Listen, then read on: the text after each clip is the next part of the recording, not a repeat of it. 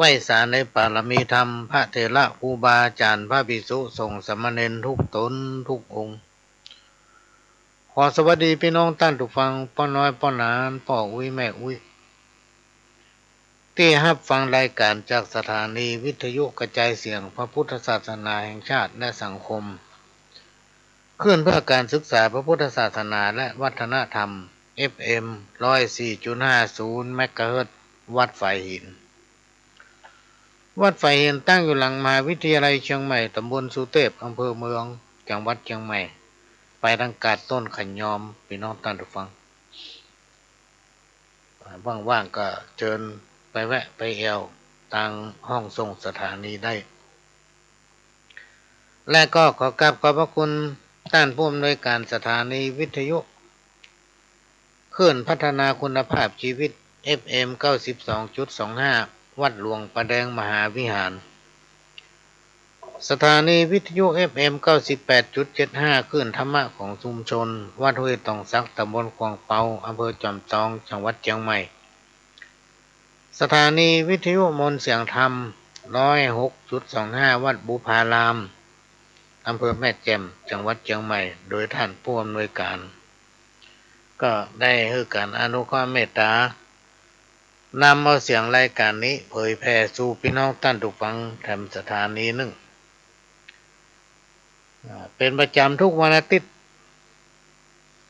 ตั้งแต่เวลาบ่ายโมงไปจนถึงบ่าย3 โมงก็มาพบปะกันในรายการสารธรรมกรรมเก่าวันอาทิตย์นี้มี2 รอบพี่น้องท่านทุกฟังเมื่อฟังรายการนี้บ่ายโมงถึง3 โมงพักแถมประมาณ2 ชั่วโมง5 โมงก็มาปะกันทำรอบหนึ่งเป็นรอบ2ไปถึง6 โมงแมลงก็จะได้นำเอาสาระสัมปะร้อยอันปันเรื่องมาเล่าสู่กันฟังมาเปลี่ยนบรรยากาศหลังจากพี่น้องท่านผู้ฟังได้ฟังสาระสัมปะร้อยอันปันเรื่องจากเถระครูบาอาจารย์จากผู้ดำเนินรายการของสถานีวิทยุช่วงนี้ก็มาฟังขยมเก่ามาเปลี่ยนบรรยากาศมาพบปะจาเหมือนลูกมันหลานมันพี่มันน้องและก็เป็นประจำทุกวันเสาร์ตั้งแต่เวลา4 โมงถึง6 โมงแมลงหลังจากนั้นก็พบปะกันทำรอบหนึ่งก็คือคืนวันพฤหัส3 ทุ่มถึง4 ทุ่มดำเนินรายการโดยก้าวกระผมพ่อหลวงสว่างธาตุอินจันทร์ประธานเครือข่ายกองทุนแม่ของแผ่นดินจังหวัดเชียงใหม่และ8 จังหวัดภาคเหนือรองประธานศูนย์ประสานงานกองทุนแม่ของแผ่นดินแห่งชาติก็ถึงประเทศพี่น้องท่านทุกท่านแค่8 จังหวัดภาคเหนือนี่ก็อ่านละ ก้ามาเจ้านี่ส่งรายงานมาจะเป็น200 กว่าสายวะแต่ละอำเภอพี่น้องท่านทุกท่านส่งหูปมาอำเภอละเป็น50-60 ว่ะนี่เป็นปันหูปว่ะมาเดี๋ยวนี้เลยไปจ้างเปิดของพ่อของไผ่ ปุ่นต้องรอแมลงค่ำกล้าของคนอยู่ที่ผลของงานอันนี้เป็นคำสอนของพ่อของแม่เป็นคำสอนของพระเถระครูบาอาจารย์เป็นคำสอนของคนเฒ่าคนแก่ว่ากล้าของคนนั้นอยู่ที่การกระทำอยู่ที่ผลของการทำงานพี่น้องตั้งตรงฟังกินแล้วนอนไก่แล้วก็ลุกไปเอวแล้วก็ปิกมากิน อันนั้นเป็นห้องว่าเป็นคนที่มาสร้างค่านิยมเพื่อกับตัวเก่าพ่อแม่คือสมบัติของลูกพ่อแม่เนี่ยพี่น้องท่านผู้ฟังแม้นว่าเปิ้นมีเข้าของสมบัติบ่มีแก้วแหวนเงินทองมากองไว้ให้เฮาแต่เปิ้นฮื้อชีวิตเฮา คือความเป็นคนกับเฮาได้มีสติปัญญามีตีนมีมือนะอยู่ดีสบายก็เพราะพ่อแม่จึงมีพระคุณที่มาอาจจะหาอย่างมาเปรียบได้เป็นสมบัติที่มีค่าอย่างมากมายมหาศาลของลูกในสมัยก่อนพุทธกาลพี่น้องท่านผู้ฟังมีป่อคนหนึ่งห้ากลูกก็ห้าป่อช่วยกันทำมาหากินแต่ป่อมีอย่างฮื้อในสมัยนั้นมันมีปาฏิหาริย์เนาะสิงสารสัตว์นี่อู้ได้อย่างคนก่อนจะตายป่อบอกว่าลูกเนี่ยแบกเอาศพป่อทดลองความอดทนของลูกคือข้ามดอยไป8 ม่อนเนอะแล้วเอาป่อไปฝังที่ดอยม่อนที่9กิโล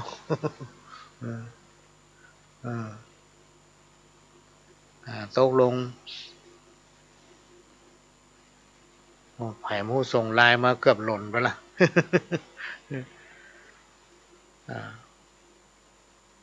วันดีมันตรงกันพี่น้องท่านผู้ฟัง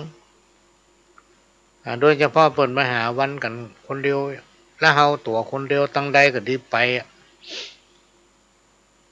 พอดีมีญาติทำท่านเรื่องจะทำบุญบ้านใหม่วันที่9เปิ้นจองไปแล้วตุเจ้าตังอำเภอลีเปิ้นก็จะเอาวันที่9ปรากฏว่าเปิ้นจองไปแล้ว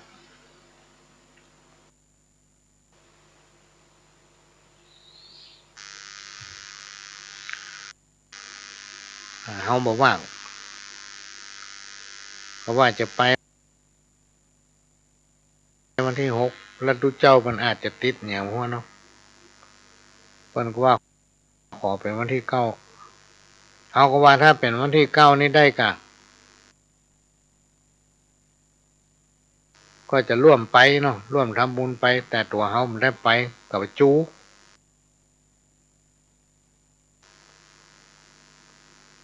จะเอาเฮานะ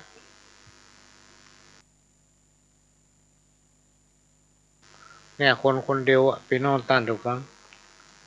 แล้วหลังจากวันที่9วันที่11ก็ไปจังหวัดลำพูนไปทำพิธีเสาเอกถึง15 หลังเพิ่นเปิดโครงการใหม่แล้ววันที่14ก็ไปบ้านถวายอันนั้นไปยกเสาเอกเสาโทสำนักงานอะไรอย่างกระมุก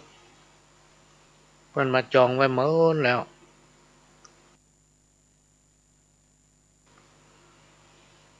แล้ววันที่19ถึง22นี่มาห้ามงานงดงานทุกอย่างเลยพี่น้องตาดูฟังเนื่องจากว่าจะไปภารกิจอันนี้ก็เป็นเรื่องที่นำมาอู้เล่าสู่กันฟังตะกี้อู้ถึงดอยม่อนที่9พอสั่งเสียเรียบร้อยพี่น้องท่านผู้ฟังป่อ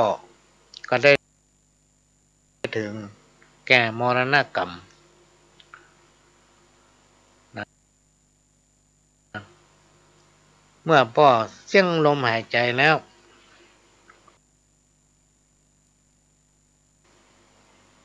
ลูกก็ไปหาไม้แค่พี่น้องท่านผู้ฟังในสมัยก่อนเนี่ย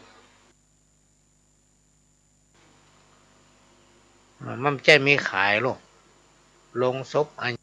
ยังต่างๆเนี่ยก็ไปหาไม้แค่มาไม้ฟากเนี่ยนะเอามาต่อกันแล้วก็เอามากิ๊ก ศพพ่อหมายถึงว่าเอาผ้าห่มผ้าอย่างห่อศพปอกแล้วเสร็จเรียบร้อยก็เอาแตะไม่แค่นะมากี้มัดถ้าโอ้ถึงมัดศพเอาไม่แค่มาห่อในปหลวงเคยเจอละ มันน่ากลัวพี่น้องท่านทุกฟังกล้าตายเขาก็กลัวอยู่แล้วนะไปเจอพิธีประหลาดสมณะกลัวมละคณะที่เดินบิณฑบาต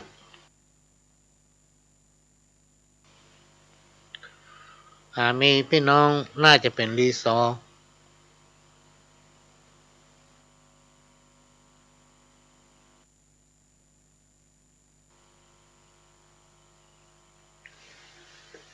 โอ้ถึงสมัยปี2534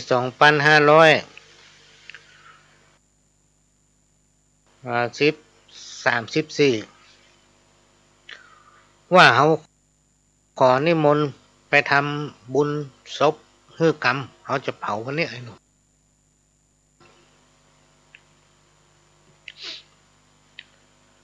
เปิ่นนับถือพุทธศาสนาก็ว่าต้องได้ไปสลองศรัทธาเปิ่นแลทุกเจ้ากี่ตนเอามาจ้างไปเอาที่ไหนวะมันเป็นบนดอยพี่น้องตั้นถูกฟังเขาก็เลยมาคึดใจจะไปหาทุกเจ้าที่ไหนบ่ฮู้จะไปหาที่ไหน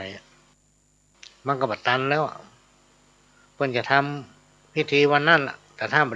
ได้ทุกเจ้าผมก็จะมาเอานะ เขาก็เลยไปพอเข้าไปในบ้านโอ้เป็นดีสังเวชพี่น้องต่างถูกฟังเพิ่นเอาฝากนี่นะห่อศพแล้วมัดห้อยฝาพี่น้องต่างถูกฟังมัดห้อยฝา แมงวันนี่ตอมจ้อง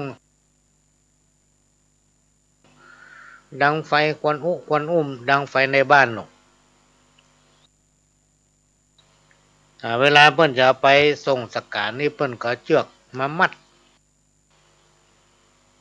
ดสองหัวหางแล้วจะเอาไม้การข้อสอดก็หามไป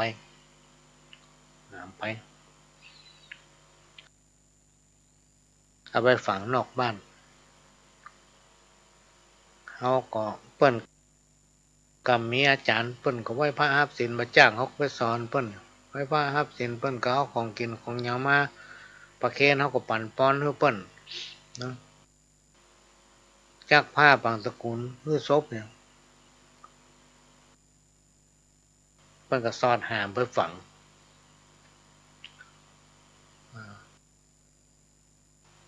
พอมาโอ้ถึงลูกบ่าวของพ่อคนเนี้ยที่จะเอาศพไปฝังเอาพ่อไปฝังดอยม่อนที่เก้าเนี่ยก็มานึกถึงเรื่องในอดีต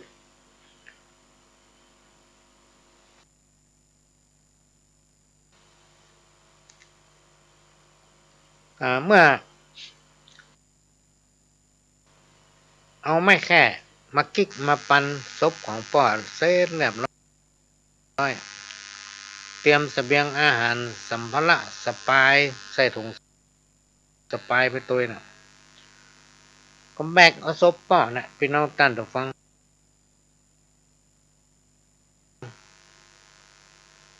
เดินทางออกจากบ้าน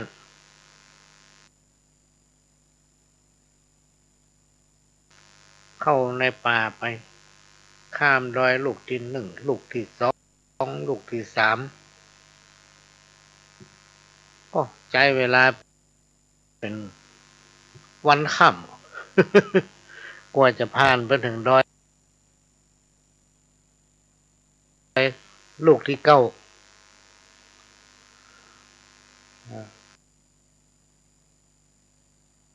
พอไปถึงดอยลูกที่9 ก็ปงศพป่อลงจากบ่าเอาวางลงพื้นว่านี่เป็นรอยลูกที่เก้าละจะต้องฝังตามคำสั่งของป่อบนดอยเนี้ยพี่น้องเสร็จเรียบร้อยแล้วก็เตะแข่นั้นออกพี่น้องตั้นถูกฟังเพื่อจะเปลี่ยนเสื้อผ้าฮือกับสรีระร่างศพของผู้เป็นป่อบกองเตะแข่ออกพี่น้องตั้นถูกฟังศพของป่อตึงศพตั้งแต่ตีนจดหัวตั้งแต่หัวจดตีนโอ้กลายเป็นทองคำพี่น้องตั้นถูกฟังตึงตัวคนตึงตัวตึงมดนั่นกลายเป็นทองคำเหลืองอลามเลยสร้างความปิติให้กับลูกบ่าวว่าโอ้ฝังมาได้ละประเด็นนี้สรีระร่างศพของป่อนี่กลายเป็นทองคำก็แบกปิกบ้านปิกมาถึงบ้านก็จัดแจงเอาไปขายกำน้อยแหละพี่น้องตาเดี๋ยวฟังจนสร้างฐานะรักฐานเป็นมหาเศรษฐีด้วยพระคุณของป่อแม้นว่าเปิ้นมามีสมบัติพัฒทานไว้เฮ้อเปิ้นเฮ้อคุณค่าของความเป็นคนที่ฮือแบกศพผ่านดอยผ่านเขาไปถึง7-8ลูกไปถึงลูกที่9นั้นเปิ้นทดลองความอดทนของลูก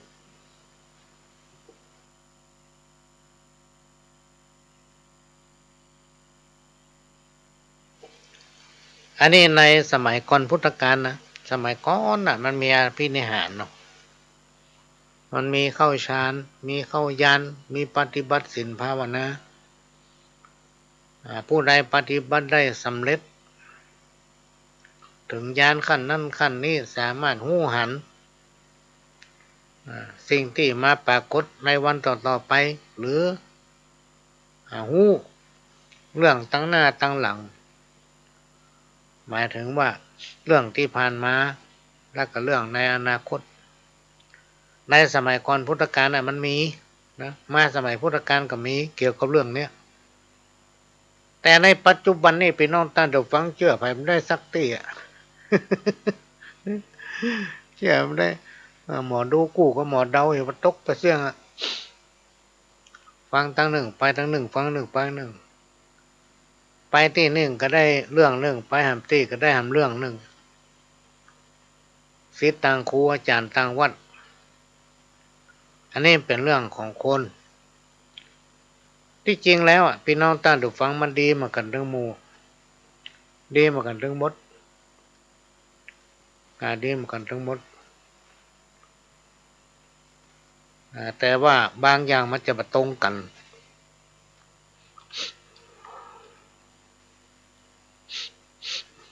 มันจะมาตรงกันนะเพราะฉะนั้นค่าของคนเฮาเนี่ย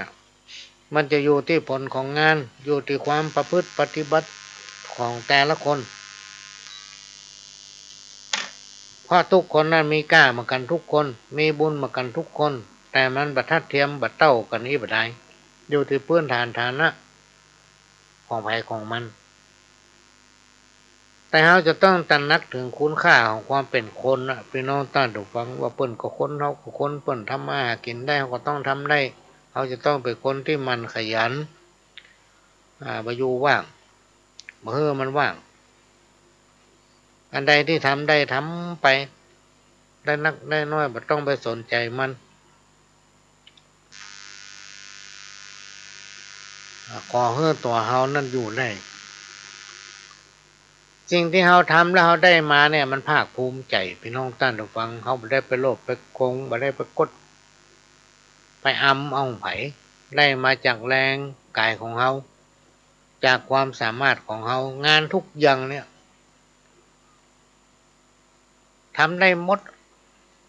ครูบาอาจารย์เปิ้นบอกว่าอย่าไปอายทำกินจะไปอายทำกินในสมัยเมื่อปี2521-22มีคนคนหนึ่งพี่น้องท่านผู้ฟังสไปตะก้าตาห่างๆนั่นนะแก่นใหญ่ จับซ้ำเจ้าก็หารเปิ้นสปายโธ่มันดึงลากถนนไปเนาะจับซ้ำเจ้าก็หารเปิ้นหาบเนาะปะขวดก็เก็บขวดปะเศษกระดาษก็เก็บเศษกระดาษพี่น้องต้านดอกฟังเอาทุกอย่างตำคูเมืองตำในเมืองเนี่ยเปิ้นจะหาไปมาเจ้าเฮาสนใจก็เลยไปแอวบ้านเปิ้นจะลองไปแอวบ้านอีแม่คนนี้สักกรรมให้เนาะเฮาไปแอวบ้านเปิ้นพี่น้องต้านดอกฟังปากฏว่าบ้านเปิ้นนั่นน่ะหันว่าเป็นคนเก็บขยะในบ้านเปิ้นสะอาด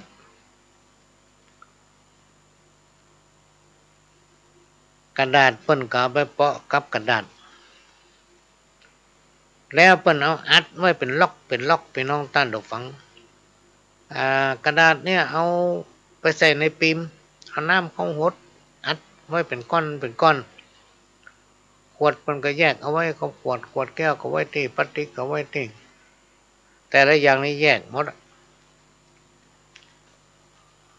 เปิ้นทำอยู่อย่างอันเป็นน้องต้านฟังเป็นเวลาเมินจนเฮาบ่ลืมต่อมาถ้ามาเมินมีโอกาสได้ปะเปิ้นพี่น้องต้านฟังโอ้อยู่บ้าน2 ชั้นหลังบ้านเล็กบ้านเล่น โอ้ยแม่มันอยู่อย่างแพร่กับบ้านนี่แม่ไม่แน่กล้า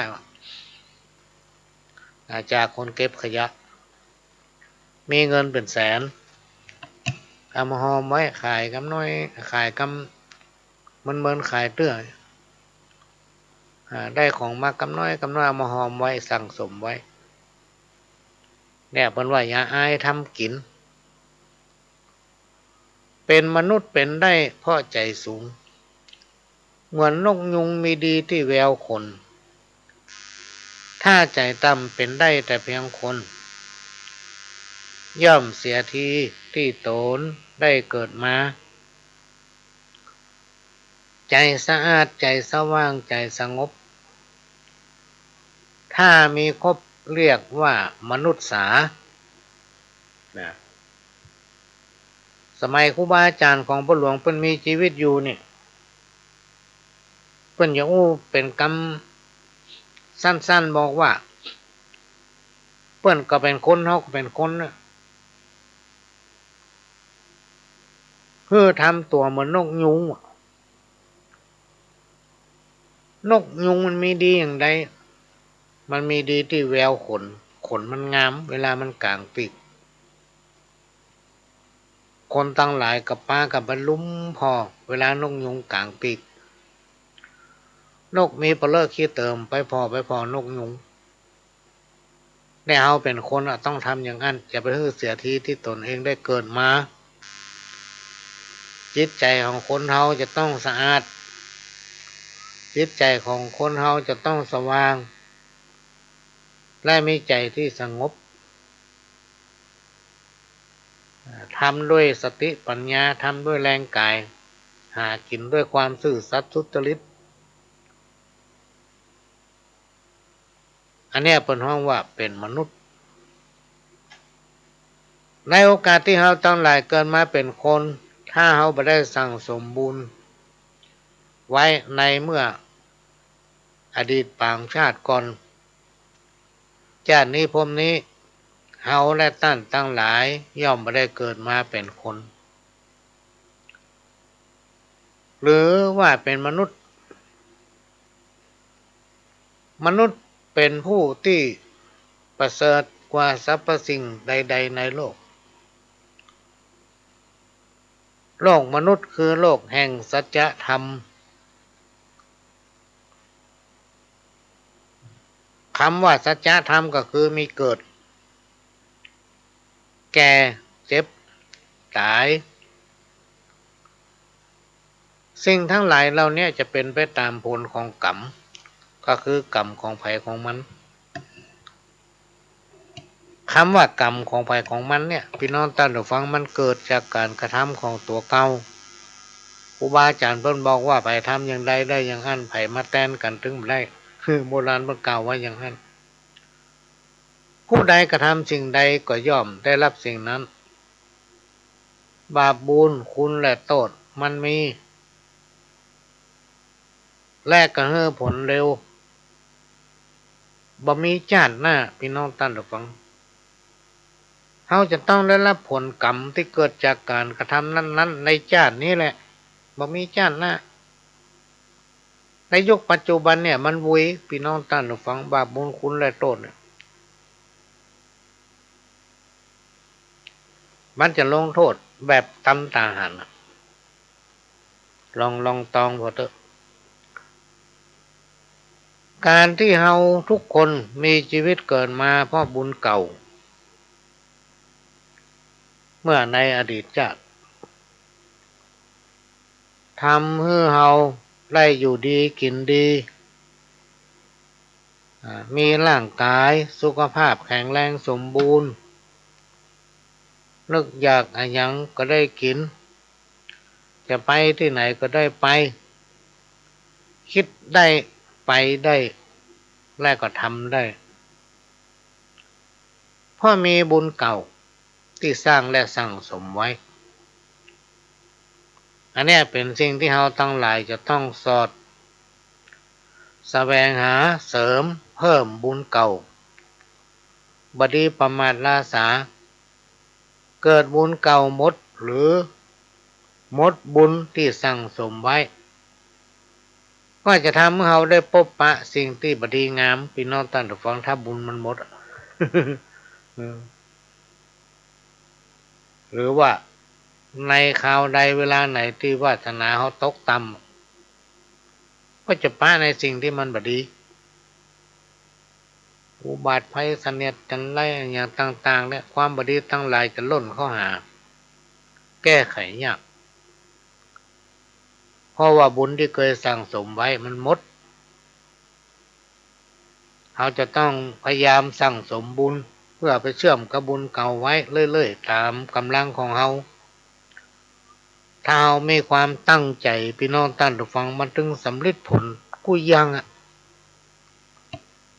ครูบาอาจารย์เพิ่นกล่าวว่าผู้ใดมีปัญญาลักแหลมย่อมตั้งเนื้อตั้งตัวได้แม้นว่าจะมีทรัพย์มีแก้วแหวนเงินคำเพียงเล็กน้อยทำคุณประโยชน์ให้กับสังคมชุมชนที่ตนเองได้อยู่อาศัยแต่ถ้าหากคนผู้ใดเป็นคนที่มีสติปัญญาเฉลียวฉลาดลวกกว่าเปิ้นหู้กว่าเปิ้นแต่กลับใจสติปัญญาของตนเองไปในทางที่ผิดนะมีสติปัญญาเฉลียวฉลาดทุกอย่างทำตัวลวกแล้วเปิ้นหมดหน้าตาซื่อๆแต่ใจมันกดชอบหล่อลวงคนอื่นคนเนี้ยย่อมประสบกับความวิบัติและข้อกรรมอย่างนักพี่น้องท่านผู้ฟังแถมบ่พอเมื่อได้ตายไปนี่โยมบ้านจะห้องไปมานี่บอกกอกวัดหัวมัน จะโดนบอกกอก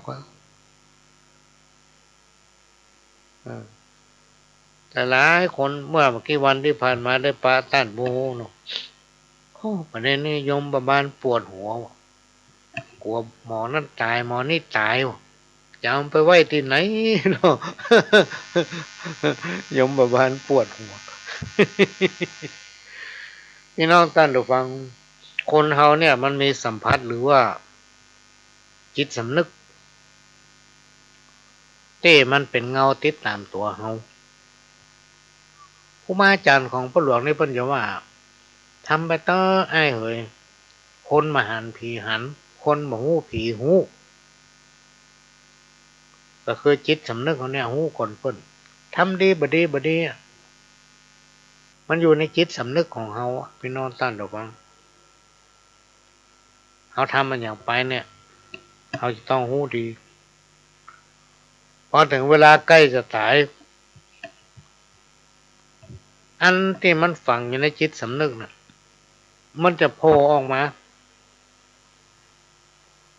ในความนึกคิดเนี่ยเต็มว่าได้วางอารมณ์อะไรจิตใจไปบ่ฮอด ก่อนจะตายก็กระวนกระวายแล้วพ ราะมันได้ทำความบดีไว้นักหนาปาปั้น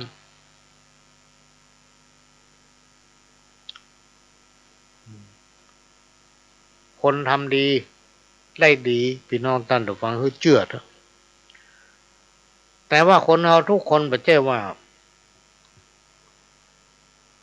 ดีหมดกูยังไม่ใช่มันก็ต้องมีตำหนิข้อเสียพังมีเป็นธรรมดานะความดีความไม่ดีนี่อยู่ในตัวคนถ้าดีหมดพี่น้องตั้นแต่ฟังหลายคนมาบอกกลัวฟ้าผ่า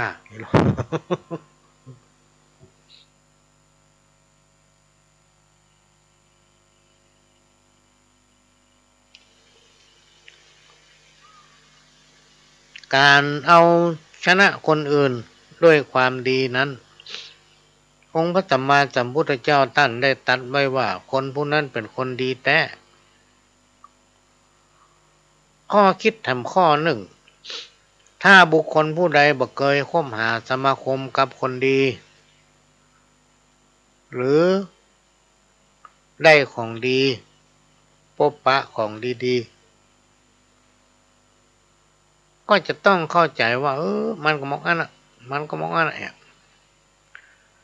แต่ถ้าเรามีโอกาสได้พบปะคบหากับคนดีๆหรือได้สิ่งที่มันดีๆพี่น้องท่านผู้ฟังมันภาคภูมิใจนะมันภาคภูมิใจอันเนี้ยเป็นสิ่งที่ฝังอยู่ในจิตสำนึกของคนอย่างไหนดีอย่างไหนบ่ดีอย่างไหนมีคุณค่าอย่างไหนบ่มีคุณค่าเราจะต้องรู้ด้วยตัวของเราเอง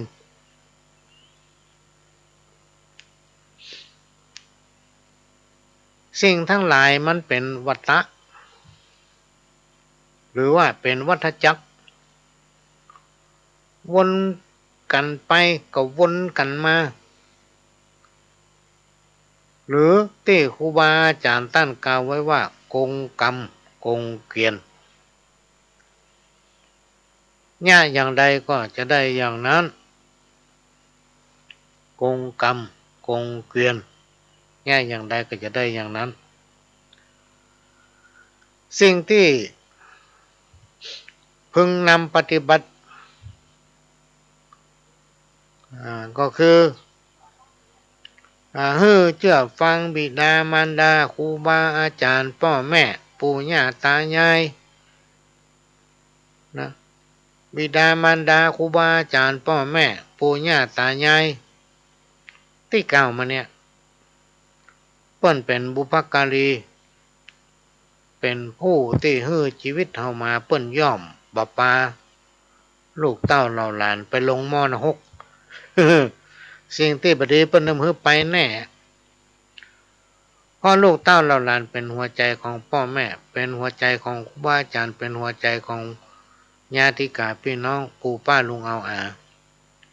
สิ่งไหนที่บดีนี่ย่อมมือทำบาปบุญคุณและโทษมีจริงพี่น้องท่านผู้ฟังมันมีแต่ก็ลองพิจารณาสังเกตพอเนอะพี่น้องท่านผู้ฟังมันเป็นเงาตามตัวคนเฮาทุกคนนะลองสังเกตพอเตอะคนใดที่มันไปโกงเปิ้นกรรมเดียวเปิ้นก็จะต้องมาโกงมัน คนไหนชอบล่อลวงเปิ้นกรรมเดียวเปิ้นก็จะมาล่อลวงมันอันเนี้ยพี่น้องท่านผู้ฟังที่เฮาฮ้องว่าสัจธรรมและบ่มีสิ่งใดในโลกจะอยู่คงที่ครูบาอาจารย์ตั้งกล่าวไว้ว่าผู้ที่มีความกตัญญูกตเวทิตาคุณและมีความขยันหมั่นเพียรบ่ย่อถอยต่อการทำงานทำสัปปะในนักได้น้อยบ่สนใจขอไม่ได้ทำนะอาจจะไปอยู่บ่ได้ถ้าใครทำได้อย่างเอี้ยพี่น้องท่านผู้ฟังในอนาคตะหรือว่าอนาคตในวันตั้งหน้าหรือวันภายหน้าย่อมจักประสบความเจริญในชีวิต ไปที่ไหนเปิ้นก็เอ็นดูสงสารเพราะว่ามันเป็นคนขยันหมั่นเพียรนะแถมประการหนึ่งมันเป็นการ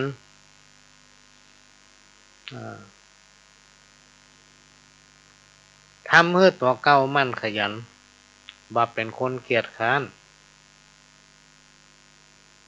ถ้าคนใดเป็นคนที่มีความขยันหมั่นเพียรเนี่ย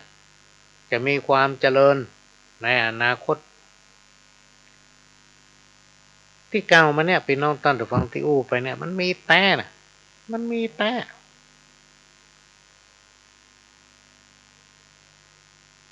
ลองตองพอเนอะที่อู้ไปเนี่ยก็คือเรานำปฏิบัติมาแล้วเอาปฏิบัติมาแล้วหันว่ามันดีก็มาอู้ฟังเล่าไผว่าน้ำกินล้ำเป็นผีกาญะวาทีเป็นผีบ้าใบยิ่งกินตึงวันกินกันใจเป็นขี้เปี้ยไปก่อนนักกินแล้วตับแข็งอ่อนแหงลมจักตายนักต่อนักลงแดงเว้นได้เว้นไซมีใจเข้มแข็งกะญะมีแหงเมียแปงก็สู้ความทุกข์มันทำเมื่อคนเฮามีความคิดมันทำเมื่อคนเฮาฉลาดความฉลาดเนี่ยพี่น้องท่านผู้ฟังมันทำเมื่อคนเฮามีความสุขความสุขนี่มักจะทำให้คนเฮานี่เพลิดเพลินหลายๆคนเมาก็เพลิดเพลิน เมาก็เพลิดเพลินคำว่าเพลิดเพลินเนี่ยพี่น้องท่านผู้ฟังมันเป็นหนทางที่ทำให้คนเฮาเนี่ยประมาทนะประมาทในแก้วแหวนเงินคำมันจะไปไหนเนี่ยประมาทในทุกสิ่งและในที่สุดก็ปาตนเองเข้าไปสู่ในที่ผิดจากจารีตผิดจากประเพณีของธรรมในที่สุดกับปะเข้าความทุกข์สิ่งทั้งหลายเราเนี่ยมันจะเวียนไปเวียนมากับชีวิตของคนเฮาคนที่มีใจนักแน่นจึงจะโป้นภัย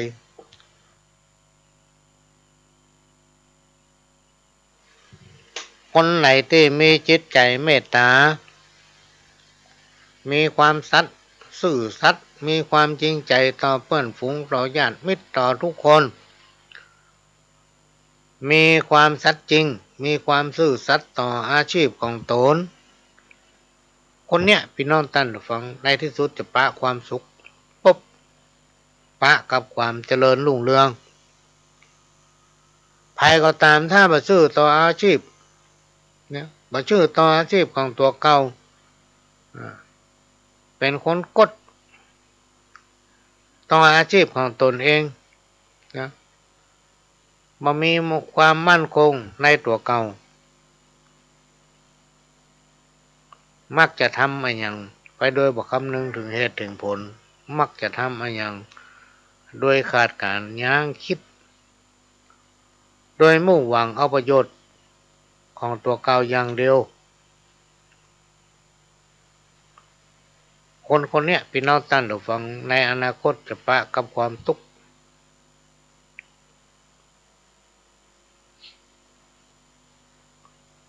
อันนี้เป็นเรื่องที่นำมาเล่ามาฝากมาอู้ฟังคนทุกข์คนจนคนมั่งคนมีคนดีคนหายก็ต้องตายหมอดไหม้เป็นดินแม้แต่ตุพระท่านผู้ทรงศีลยังม้วยจีวินนอนตายคว่ำหน้าบัดห้าหวังเอาอันหยังมองวิแม่ป้าแม่นแผ่นผ้าสุธายังมั้งบะเห็นบะพาก้อนเต้าหัวจ้างยังหูแต่งมั่งเป็นหอย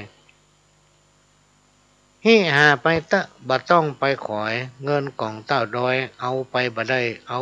ไปบ่ได้ทุกชีวิตเป็นอนิจจังย่อมมรณะเหมือนกันทุกคู่บ่มีภายในจักไปต่อสู้กับยมบาลตั้นเต้าเมื่อถึงเวลาบ่ว่าแก่ข้าวหนุ่มเท่าหญิงชายห้อยผ้าเป็นปุกก็ยังจักตายบ่มีสักลายจักหลีกเว้นได้จักหลีกเว้นได้ธรรมะอันเป็นหลักธรรมอันเป็นคำสั่งสอนขององค์พระสัมมาสัมพุทธเจ้าสอนให้คนมนุษย์เฮารู้จักประพฤติปฏิบัติตนไปในทางที่ดีในชีวิตประจำวันเพราะว่าชีวิตของคนเฮาทุกวันนี้พี่น้องท่านผู้ฟังจะต้องหนีพ้นเรื่องความสุขเรื่องความทุกข์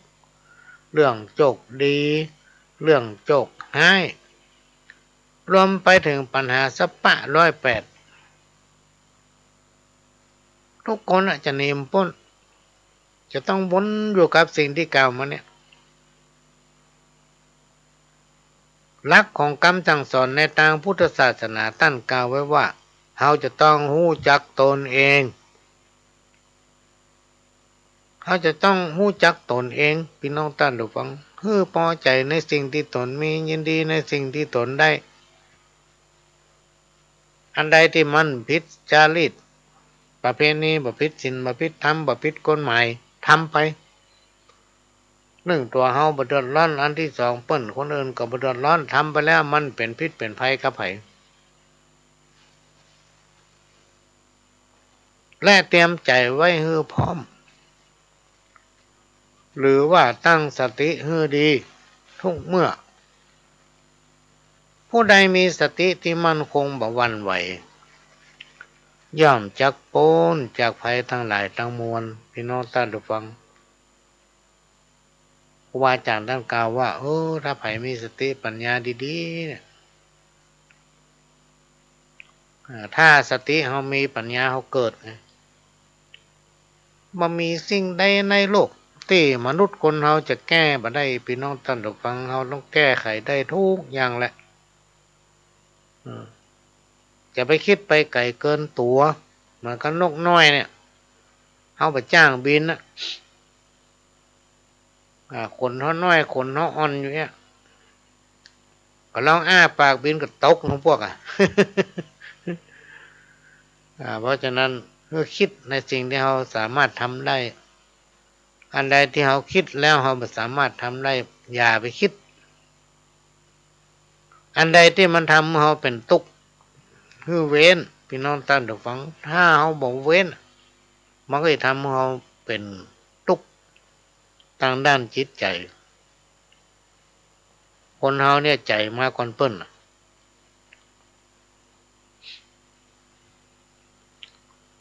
ของกินลำอยู่ที่คนมักของฮักของชอบอยู่ที่คนเปิงใจ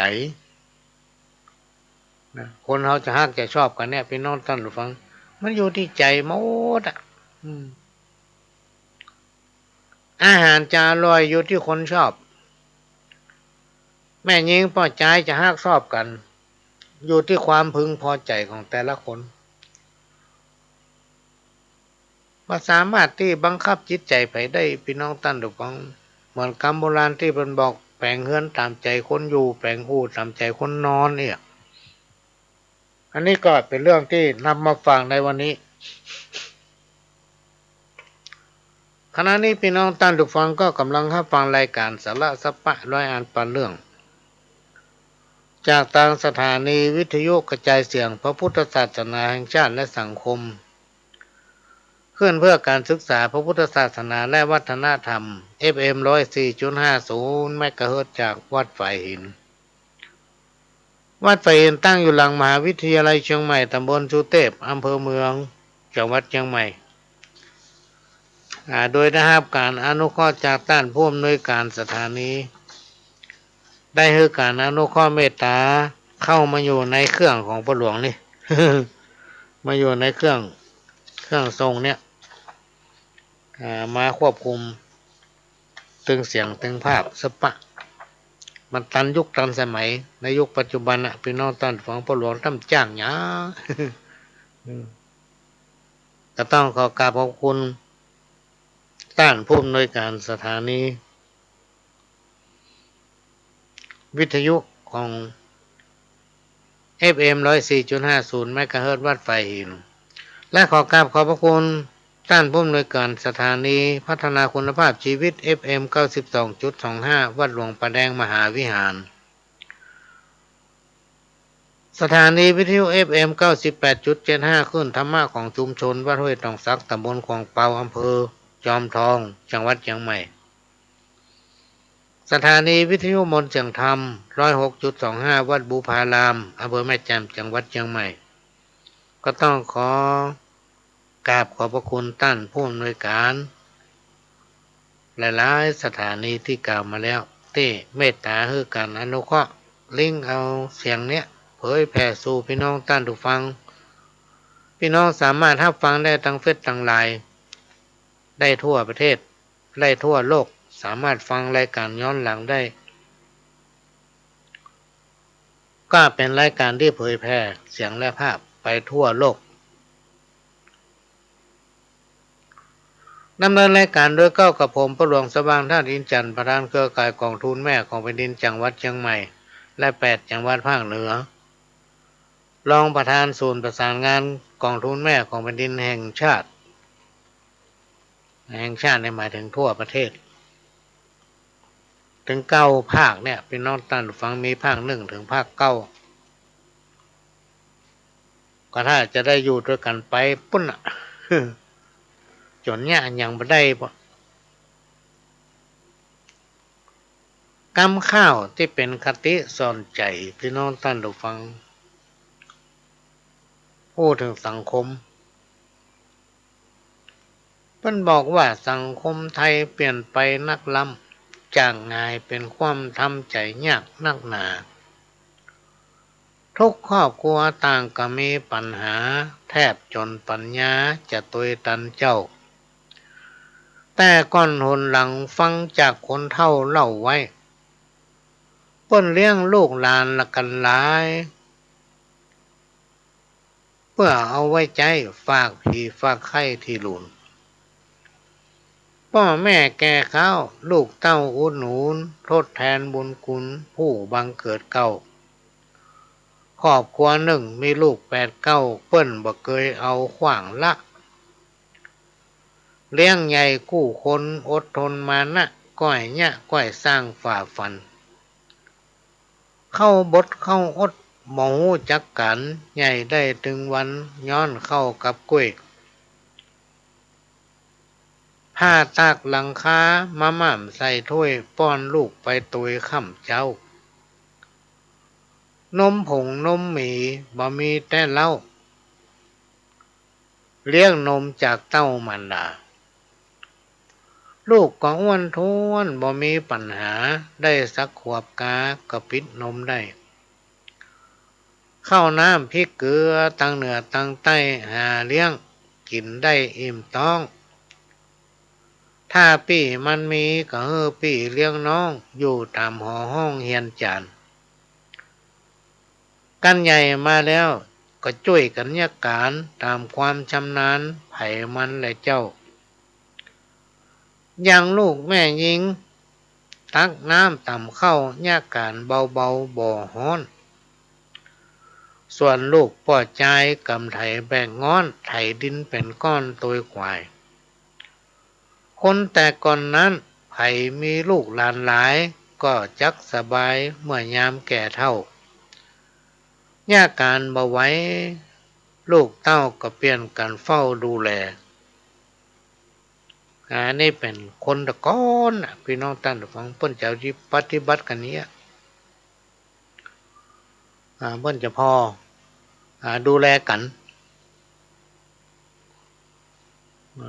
มีลูกกี่คนเนี่ยพวกก็จะช่วยกันพี่น้องท่านผู้ฟังคนในสมัยนั้นแต่มาในยุคปัจจุบันเนี่ยเขาจะต้องปลูกฝัง ลูกเฮาเป็นคนดีเขาได้เรียนหนังสืออย่างใดก็พยายามให้เขาเรียนหนังสือพี่น้องท่านผู้ฟังเพราะในอนาคตวันข้างหน้าเนี่ยถ้าไม่ได้เรียนหนังสือเนี่ยมันจะหาการทำยากแทนประการหนึ่งถ้าเรามีความรู้อย่างซักอย่างเนี่ยมันบัดตันเปิ้นบัดตันยุคบัดตันสมัยบัดตันสังคม เออหรือว่ารวมๆก็คือบัดตันโลกนะเพื่อมันรู้หนังสือเพื่อเขาเรียนปลูกฝัง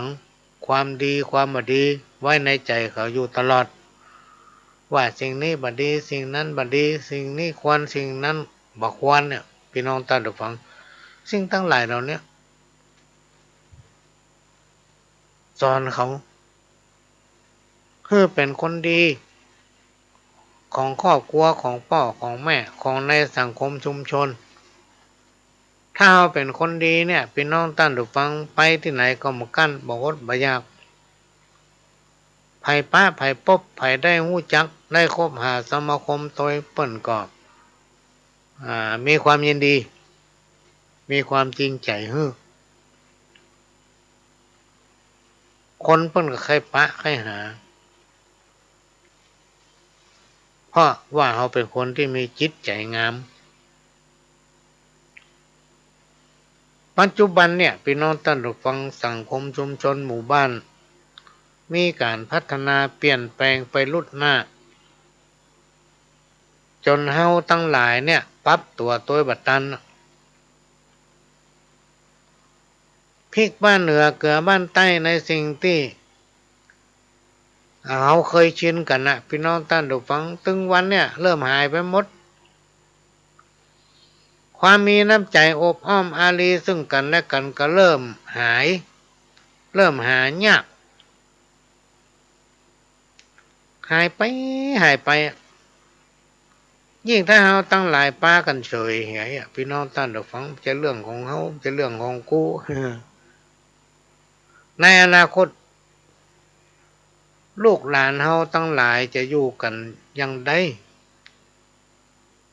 ประเพณีวัฒนธรรมฮีตเก่าห้อยเดิมเช่นปู่ย่าตายายก็จะสูญหายไปตัวเฮาลองนึกย้อนหลังไปเมื่อ20-30 ปีที่ผ่านมาเนี่ยพี่น้องท่านผู้ฟังในสมัยก่อนลูกมาเมื่อเจ้านึ่งข้าวอุ่นแกงเปียน้ำพริกแดงมาแบ่งใส่ถ้วยยอดพักฟักแฟงบะแตงหยวกกล้วยจิ้นทอดทำตัวดาไว้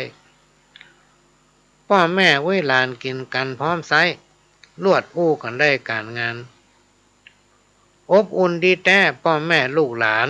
อยู่กันสำราญกินหวานทานต้อมกินหวานทานต้อมอันนี้คือ20-30 ปีที่ผ่านมาเนี่ยวันเวลามันโว้ยพี่น้องท่านผู้ฟังปัจจุบันเนี่ยบ่ใครได้นั่งกินข้าวตัวกันละกินไผกินมัน เพราะต่างคนต่างก็ต้องไปแยกการทำงานถ้าเมามาแยกกินรอกินข้าวด้วยกันนี่บ่ได้แยกการอย่างสักอย่าง เพราะฉะนั้นมันเป็นยุคที่ว่าต้องไปซ้อหากินตั้งหน้า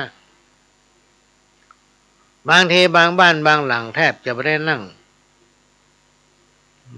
พร้อมหน้ากันนอกจากวันหยุดหลายๆบ้านหลายๆหลังไม่ได้นึ่งข้าวเป่าไฟมันมีขั้วไฟตัวน้ำซ้ำพี่น้องท่านผู้ฟังเป็นที่อยู่อาศัยเป็นที่นอนถ้าใครอยากกินอย่างก็โล่นไปกาดเนี่ยก็เลยทำมือผีมือนึงให้เข้าหนีไปอยู่กาดมด เพราะมันอยู่บ้านมันได้กินไว้เข้าไว้น้ำหนีไปอยู่กาดมดกันไผ่ขายขั้วขายกับเข้าอีนะมันไปอยู่ด้วยฮะน่ะมันได้กินไว้เข้าไว้น้ำโลก บ้านบางหลังนี่แบบมีมือนึงให้เข้ากำแล้วยำหมูจักตัวหำซ้ำอันนี้คือเป็นสิ่งที่คุ้มครองคนในครอบครัวคนในครอบครัวในครัวเรือน คืออยู่เย็นเป็นสุขอายุมั่นยืนยาวเพิ่นจะกินอ้อยเข้าอ้อยน้ำในยามที่เฮานึ่งข้าวยากกินเวลาลูกหลานเจ็บเป็นมาสบายนะ3 วันดี4 วันให้พออุ้ยแม่อุ้ยเปิ้นจะแปลงกำเข้าหม้อหัวแม่มือหรอกไปวางบนก้อนเศร้าหรือว่าวาง3 แจงเต่าอังโลถ้าเอาแจ้เต่าแก๊สก็เอาหม้อนึ่งขึ้นตั้งเอาให้เข้าขึ้นตั้งเอาเตียวเปิ้นใส่เนอะแล้วก็เอาวางที่หัวหม้อนึ่งกำเข้า2 กำก็ได้ละห้ามให้ไปเตอะพี่น้องตัดฟังผีหญ้าหม้อนึ่งเนี่ยมันมีแต่ตัวนึงสมัยก่อนแต่ในประหลวงกับเจ้เจือนะแต่ต่อมาภายหลังเนี่ยเฮามาพิสูจน์ดูเฮามาหันว่ามันมีแต่เลยมันมีแต่ผีหม้อนึ่งเข้าคนเศร้าต่อไปเนี่ยมันมีแต่นะพี่น้องตัดฟังไปเจือลบลูไปได้เนอะเนี่ยเมื่อสมัยก่อนมาจนถึงปัจจุบันเนี่ยพี่น้องท่านผู้ฟังลูกหลานอยู่ดีสบายกันทั่วหน้า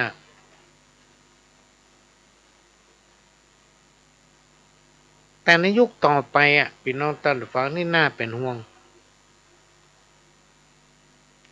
เพราะคนนี่บ่ใครเชื่อถือสิ่งต่างหลายเหล่านี้นะใครเชื่อละบางที่บางแห่งนี่ไปซื้อบ้านหลังนั้นมันมีเจ้าที่มาจ้างเขาไปลื้อขว้างวะ มาถามจ้างจะเอาต้นใดเนาะเขาก็บอกเขาทำมาได้เหมือนกับเขาเนี่ยกันเขาอยู่บ้านเขาดีๆเปิ้นมาลื้อบ้านเขาเนี่ยไล่เขาไป เขาก็โคตรโลกพี่น้องท่านถูกฟังแต่บางผู้บางท่านเปิ้นคิดว่าหอเจ้าตี้นี่มันมางามมันดูบดีมันคับแคบขนาดเขาเป็นคนเขายังต้องการความสะดวกต้องการความสะอาดต้องการให้มันดูดีก็ต้องเปลี่ยนใหม่อย่างอี้น่ายินดีน่าส่งเสริมแต่มาจ้างเขาไปทุบทำลายบ่เอาละทั้งบ้านเขามีประเทศเขามีเปิ้นฮ้องว่าอยู่บ้านใดบ่เอาไฟบ้านนั้นนี่เขาก็แนะนำไปแต่ถ้าจะมีภัยไปทำที่เขาบ่ทำเขาไปทำอันนั้นก็เป็นเรื่องของเขาละพี่น้องท่านผู้ฟังบาปบุญคุณโทษมันมีเนี่ยสมัยก่อนเขาบ่เชื่อแต่ต่อมาภายหลังนี่เขามีความเชื่อเรื่องนี้มันก็เขาไปนอนป่านนอนดอยเขาไปที่ไหนก็แล้วแต่เนี่ยการทำงานบอกว่าจะเป็นก่อสร้างที่นั่นเจริญระโหฐานขนาดไหนพี่น้องท่านผู้ฟังเวลาเขากินข้าวกินน้ำเนี่ยข้าวกำหนึ่งเนี่ยเขาก็เอาของกินเขาใส่หันน้อยหนึ่งต้องบอกวางให้แม่ทอนี้เจ้าติว่าแม่ทอนี้เจ้าติเตปาฮักทั้งหลายข้าเจ้าได้มาญาการนี่ได้มาขายครัวนี่บอกเขาเปิ้นเขาเนี่ยอย่างก็บอกเขาเปิ้นไปขอคุ้มครองรักษาเน้อเขาก็จะประสบแต่สิ่งดีๆพี่น้องท่านทุกฟังเมื่อกาที่มีคนเล่าให้ฟังหมอนั้นในสมัยก่อนมันจะมีรถเป็นปก้างวัวต่างบรรทุกของขึ้นดอยบ้านในป่าในเขาเนี่ยจะต้องจ้างวัวต่างอย่างเดียวไปถึงระหว่างทางมันจะค่ำก็ปากันนอนคนไหลห้วยคนหนึ่งนับถือเตปาฮักนับถือเจ้าป่าเจ้าเขาเด็ดเอาก็ไม่เส้นหญ้าที่มันมีดอกบนห้อดอกหญ้าเนี่ยกับเข้าเหตุกรรมหนึ่งของกินเห็นน้อยหนึ่งไปวางบอกแม่ทอนี่เจ้าตี้ว่าข้าจะไปหั่นไปนี่เป็นตามความจริงเด้อว่าเขากำลังมาเนี่ยอย่างไปอย่างบอกแม่ทอนี่เจ้าตี้ว่ามาเดี๋ยวนี้ของคุ้มของรักษาเนอะจ จะต้องได้ย่างพักนอนนี่สักคืนอันนี้บอกกับเพิ่นพร้อมกับสัตว์เลี้ยงคืองัวต่างเนาะทำคนหนึ่งไข้หัวเข้าใส่เชื่อไปเลยเนี่ยไปเลยอยู่ที่ตัวของคนเท่านี้เนาะแล้วพอตกข้ามต่างคนต่างกันนอนนะพี่น้องท่านผู้ฟังคนที่มีความเชื่อเกี่ยวกับท่อนี้เจ้าเต้อย่างทั้งหลายเราเนื้อเสือมากินงัวมันนะทำคนหนึ่งที่บอกท่อนี้เจ้าที่นี่มียังเกิดขึ้นเนี่ยนำมาฝากอันนี้เป็นอุทาหรณ์เป็นคติเตือนใจท่อนี้เจ้าที่เตปาตั้งหลายปีหอปีเฮือนเนี่ยพี่น้องท่านผู้ฟังมันมีสิ่งที่ครูบาอาจารย์เพิ่นอู้ไว้ว่าคนมาหันผีหันคนมาหูผีหูเฮาจุเปิ้นคนอื่นได้หมดแต่จุตัวเก่าบ่ได้คือสิ่งที่เฮาทำมันฝังอยู่ในจิตสำนึกทุกคนมีจิตสำนึกทำบุญกันเตอะมันบ่เสียหลายจังได้สบายในวันตั้งหน้าสร้างสมบุญไว้บ่ได้สูญหายตกป่างไฟลุนจักจุ่มเย็นสุขกายสุขใจบ่น้อยมีปัญญาเป่งว่าให้หาบคัดสนมดทุกกังวลกุศลเติมแท่งกุศลเติมแท่งโบราณอาจารย์ตั้นกล่าวไว้ว่าอย่าทำใจฮ้อนถ้าไผเป็นคนที่ใจฮ้อนพยายามหยุดมันทำใจเย็นๆไว้ถ้าเอาใจฮ้อนมันจะทำให้ฮ้อนใจภายหลังและถ้าเราเป็นคนมักง่ายก็จะมีความวุ่นวายโตยมาถ้าเราเป็นคนหันแก่กินคนตั้งหลายเปิ้นก็จะดูหมิ่นเหยียดหยามถ้าเราเป็นคนอู้ไปเลยคือคำอู้ของคนเราเนี่ยไปนอนตันหรือฟังในยุคปัจจุบันเนี่ยถ้าไปจุไปไล่ไปซักคนดึงวันเนี่ยมันสลาดมันกันทุกคนนะรู้จักพฤติกรรมของคนทุกคนถ้าไผ่ขืนไปยกตัวคมเปิ้นนะอู้ไปเลยก็จะทำเมื่อคนที่ได้ป้อมได้ป้าได้อู้ได้จ่าตอนนั้นเสื่อมถอยความนับถือครูบาอาจารย์ตั้งกล่าวไว้ว่าถ้าไผ่ทำตัวให้สบายสบายเมื่อหนุ่มๆคนประเภทที่กล่าวมานี้จะกุ้มใจในภายหลังในวันหน้าในยามแก่ยามเฒ่านะแล้วคนที่มารักษาเวลาครูบาอาจารย์ตั้งกล่าวว่าเป็นคนที่ฆ่าตัวเก่ารอวันประกันพรุ่งนี้นะรอพูกก่อนรอวันฮือก่อน เป็นคนลังเลมีความแน่นอนอันนั้นแหละคือคนที่ฆ่าตนเองประหารตัวเองในโลกเนี่ยพี่น้องท่านผู้ฟังมันมีอันหยังเป็นของเฮาแม้แต่ตัวของเขาเองเนี่ยยังไม่ใช่ตัวของเฮาเลย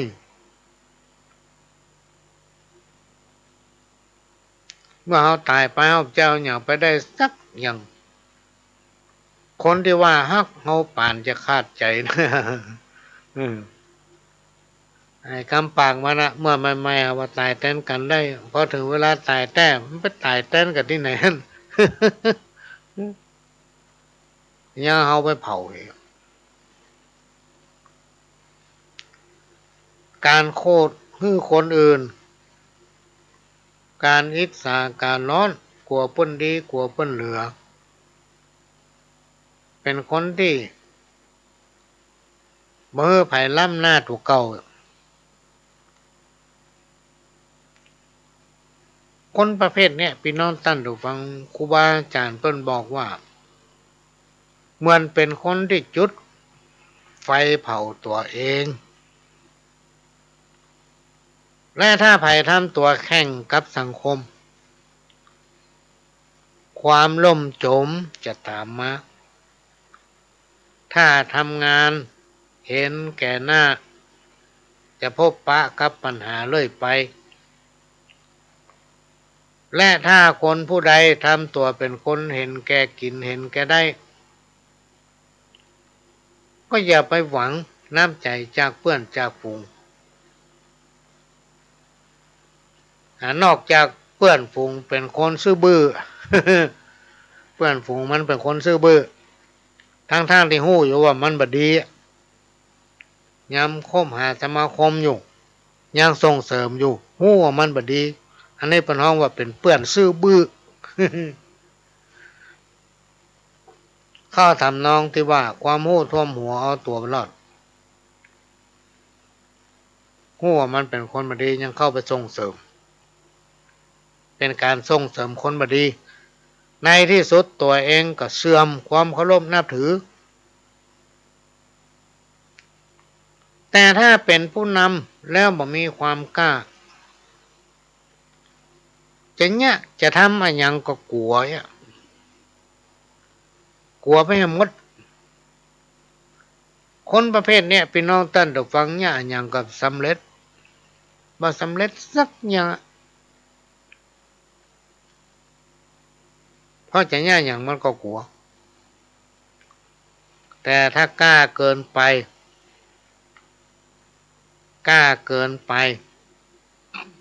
ก็มักจะประสบกับความเดือดร้อนกล้าเกินไปแล้วก็มายอมรับความจริงเนี่ยมายอมรับความจริงเอาความจริงซ่อนไว้ตั้งหลังเนี่ย เอาความบดีให้เปิ้นคนอื่นเปิ้นเฮาว่ากล้าเกินงามทำบดีแท้ๆเนี่ยหาว่าดีอยู่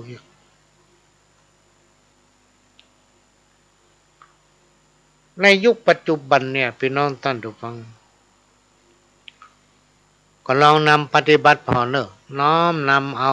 พระราชดำริด้านปรัชญาเศรษฐกิจพอเพียงมาใช้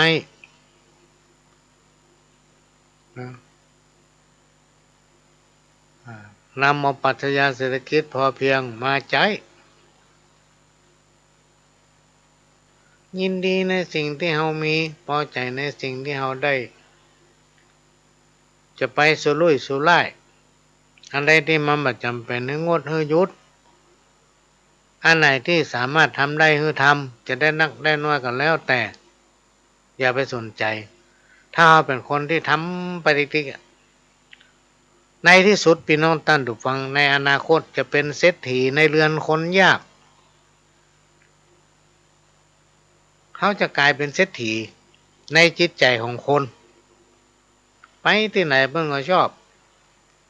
ไปที่ไหนเพิ่นก็ฮักเพราะว่าเขาเป็นคนที่มีจิตใจงามมีเมตตาจิตจะมีญาติมิตรทั่วบ้านทั่วเมืองแต่มันมีข้อเสียอยู่อย่างถ้าไผมีเมตตาเกินประมาณเนี่ยพี่น้องท่านผู้ฟังคนพาลมันได้ใจ ถ้าเรามีเมตตาเกินประมาณคนพาลมันได้ใจ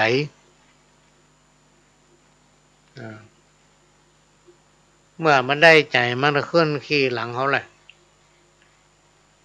รายอย่างพ่อหลวงนี่เป็นคนที่คิดนักว่าถ้ามันมีเรื่องมีราวทะเลาะเบาะแว้งกันไปมันจะลามไปแผ่ลูกแผ่หลานในที่สุดลูกเต้าเหล่าหลานจะพ่อหน้าภัยกับติดจะพ่อหน้ากันก็บ่ได้มันจะมาถูกกันไปเขาก็ปล่อยวางไปเหียเจ้ามันเตอะกระเดียวมันถึงไปตายทั้งหน้าคนเดียวมันอีเนาะบาปบุญคุณโทษมันมีเขาจะขึ้นอีน่ะ มันซ้ำได้ใจพี่น้องท่านดูฟัง เออหาเรื่องมาเฮ้อติ๊กๆเนี่ยมันมีข้อเสียก็คือเขามีเมตตาเกินประมาณคนพาลก็เลยเต็มบ้านหาเรื่องมาติ๊กๆ หาเรื่องมาติ๊กๆเขาไปอยากไปทะเลาะกับไผขนาดเขาไปไหนสักตีเนี่ยอุปนิสัยของคนพาลเนี่ยพี่น้องท่านผู้ฟังชอบคิดแต่เรื่องบดีชอบอู้แต่สิ่งที่ดีๆอู้ข้อตัวเก่าหมดถ้าไผคนใดคบหาสมาคมกับคนพาลก็จะเป็นคนพาลโดยมันอ่ะจะมีอุปนิสัยเสียตามไปตัวข้อเสียที่จะตามมาก็คือมีไผเชื่อขี้หน้าจะถูกติเตียนมองในแง่ให้แต่ไผบอกเอาไปอู้บ่ได้คนลวกเปิ้นบ่อู้เหมือนกับนักปราชญ์ราชบัณฑิตเนี่ยพี่น้องท่านผู้ฟังถ้าเอาไปถามเปิ้นถึงปากถ้าเปิ้นอู้เรื่องขวดเปิ้นก็ไปอู้เรื่องแก้วเรื่องใดเรื่องนั้นมีแค่คนโง่เง่าเบาปัญญาหันแกกินหันแกได้จะไปเชื่อคนพาลจะคบกับคนพาลจะไปส่งเสริมคนพาลไว้วางใจคนพาลในที่สุดคนทั้งหลายเพิ่นมองออกเพิ่นพอแล้วว่าไอ้กลุ่มนี้มันเป็นคนโง่โลเสียชาติที่เกิดมาเป็นคนทำลายแม้กระทั่งประโยชน์ของตนเองทำให้อนาคตของตนเองเกิดหรือว่าพบปะความหายนะในอนาคตในอนาคตการงานก็จะล่มเร็วความเป็นคนเนี่ยก็จะล่มเร็วไปตัวเพราะอย่างเพราะมันชอบก้าวไก่คนอื่นภัยทั้งหลายจะไหลมาหามันนะพี่น้องตั้งดูฟังครูบาอาจารย์เปิ้นกล่าวว่าคนพาลเนี่ยมันเป็นคนอัปปมงคลอยู่ที่ไหนก็มีแต่เรื่องเดือดร้อนคนพาลนั้นมักจะเอาตัวรอดแต่ในที่สุดพี่น้องท่านผู้ฟังมันก็คุ้มครองตัวเองมันบ่ได้เพราะหยังเพราะบาปบุญคุณและโทษมันมีก็จำไว้เถอะแล้วก็ตองพอเถอะพี่น้องท่านผู้ฟังอันนี้มันเป็นเรื่องจริงที่นำมาเล่ามาอู้ฟังเนี่ยมาฝากเป็นข้อคิดว่าถ้าไผทำบดีย่อมได้รับสิ่งบดีถ้าไผทำความดีงามย่อมจะปะพบแต่ความเจริญรุ่งเรืองไม่ได้ว่าไผคนใดคนหนึ่งฝากไว้เป็นข้อคิดกรรมเก่าที่คนเฒ่าคนแก่เพิ่นว่าไว้เว้นหมาฮื้อปอศอกเว้นอีวอกฮื้อปอวาเว้นคนป่าลาฮื้อไก่แสนยศอันนี้ไม่ตันสมัยอยู่เสมอพี่น้องท่านผู้ฟังคนที่คบบ่ได้ก็คือคนที่บ่ดีคบ คนละโมบคนที่มีความสม่ำเสมอคนที่ลบหลู่บุญคุณของต่างบ่รู้จักบุญคุณคนเนี่ยเปิ้นว่าบ่ดีคบเป็นคนที่คบบ่ได้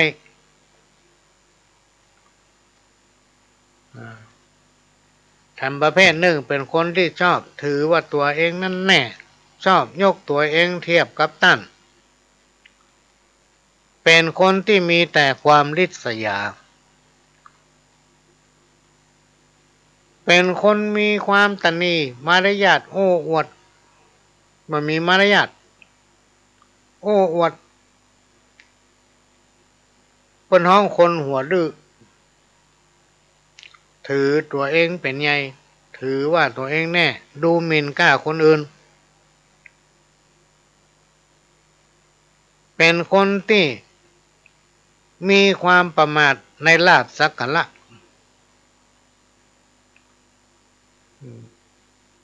และก็ไปเชื่อในสิ่งที่บุคคลเชื่อเป็นคนที่มันมีความละอายต่อบาปพี่น้องตั้งแต่ฟังคนบดีนะคนสันดานหยาบนี่นะมันมีความละอายต่อการกระทำความบดีเพราะว่าจะเป็นทางกายทางวาจาทางใจแถมประการหนึ่งเป็นคนที่มีความเสียสละเป็นคนหันแก่ได้เมื่อได้แล้วก็ถึงแบ่งปันอย่างไผ่เหมือนมะขามป้อมตกองมือวอกน่ะ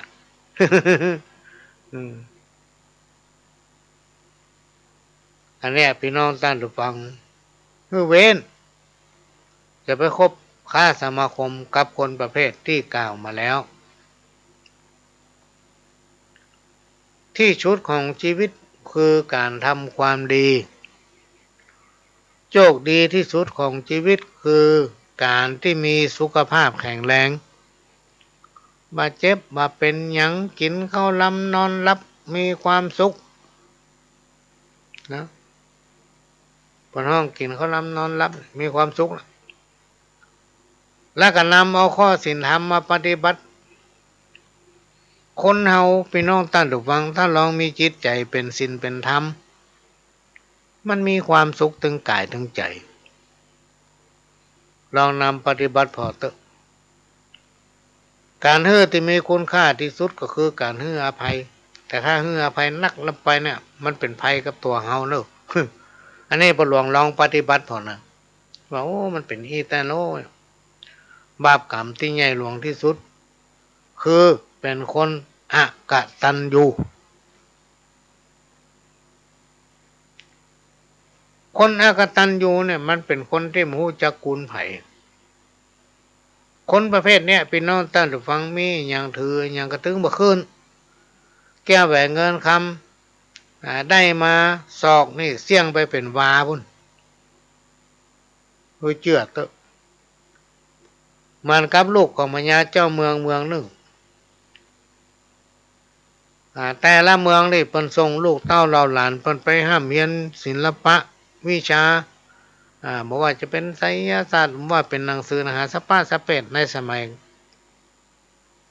ก่อนพุทธกาลเจ้าชายลูกของพญาพมตันนี่ก็ไปเรียนจากคนหนึ่งอยู่ที่ใต้เมืองคนนี้เป็นคนที่ทุกข์ยากอนาถาเป็นขอทานนะแต่แกมีของดีก็คือมีกระถาอยู่บนหนึ่งถ้าป้าต้นมะม่วงสามารถเสกเข้าไปทำเมื่อมะม่วงมีหน่วยแล้วก็สุกเหลืองเต็มต้นได้แกก็ไปขอเฮียนพอเฮียนได้มาแล้วพี่น้องท่านผู้ฟังเฮียนได้มาแล้วนอกนั้นกับไปกินเอลเพราะเป็นลูกพญาเจ้าเมือง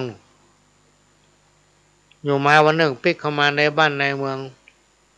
ก็ไปเสกมะม่วงมีหน่วยงามสุกเต็มต้นชาวบ้านชาวเมืองกับปากันล่ำกันลือล่ะว่าปาฏิหาริย์เกิดขึ้นละ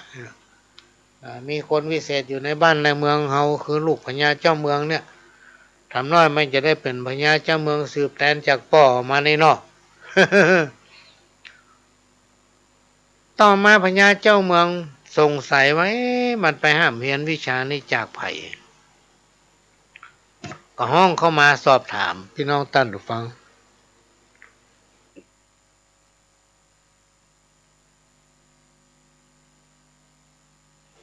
ห้องเข้ามาสอบถามเพราะว่าทำวันหนึ่งเนี่ยมีพญาเจ้าเมืองทำเมืองหนึ่งจะมาเอวหาก็จะได้เล่าให้เปิ้นฟังแล้วก็จะให้ลูกบ่าวตัวเนี่ยแสดงอภินิหารให้พญาเจ้าเมืองนั่นพอเนี่ยกะ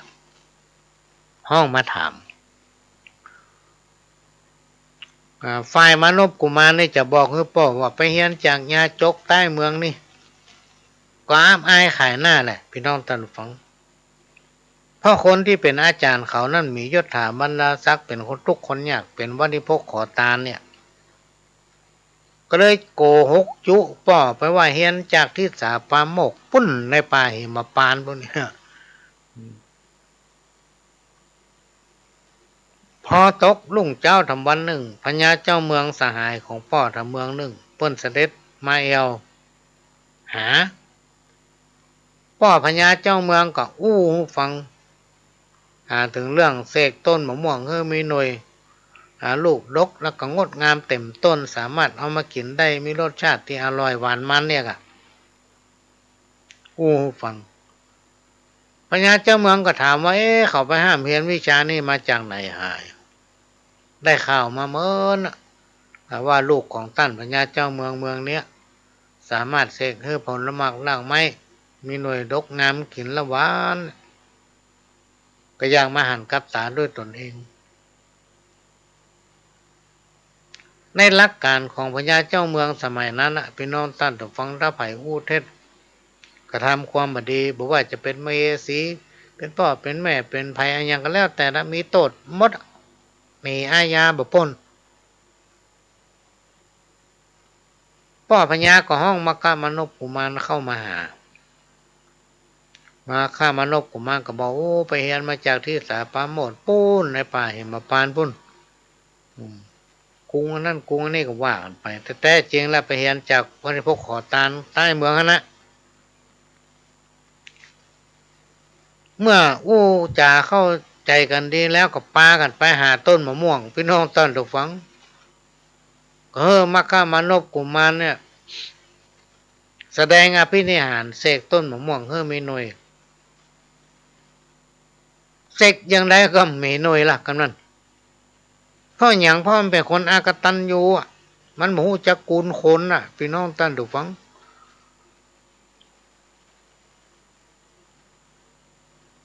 พ่อพญาเลยจำเป็นต้องลงทันลูกเพื่อได้รับโทษแล้วเค้นถามความจริง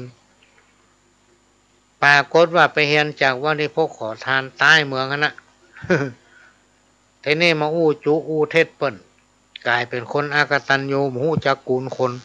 มนอาคมที่เฮียนมานั่นเสื่อมหมดพี่น้องท่านถูกฟัง เสื่อมหมดเนี่ย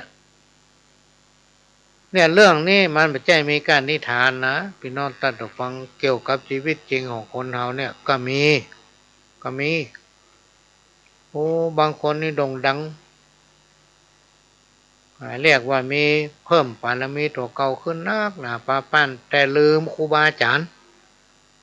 ลืมพระคุณของคนที่สั่งสอนหาความเจริญบัดได้พี่น้องท่านผู้ฟังเรื่องนี้หาความเจริญบัดได้มันมีแต่ตัวลองสังเกตลองตองพอเนอะสวยงามที่สุดของชีวิตคือความจริงใจคนที่มีความจริงใจต่อกันเนี่ยมันหายากพี่น้องท่านผู้ฟังมันเรื่องหายากขนาดพอเข้าไปซ่อหาเติมตึงมีคนที่มีความจริงใจต่อกันเนี่ยมันไม่มีนะพี่น้องท่านผู้ฟังหายากที่สุดเลยที่อู้อย่างอี้ได้เพราะว่าตัวเองเนี่ยหาคนมานักละคบกับคนมาเป็นพันเป็นหมื่นนะพี่น้องท่านผู้ฟังหาความจริงใจของคนเนี่ยมันยากวันใดถ้าเรามีประโยชน์เขาจะมาเขาถ้าวันใดเขามีประโยชน์กับเขาตึ้งมาใกล้ มีแต่น่ะพอเจอคนมานับประท้วงแล้วความจริงใจของคนเนี่ยบอกให้มีมันตึ้งบอกให้มี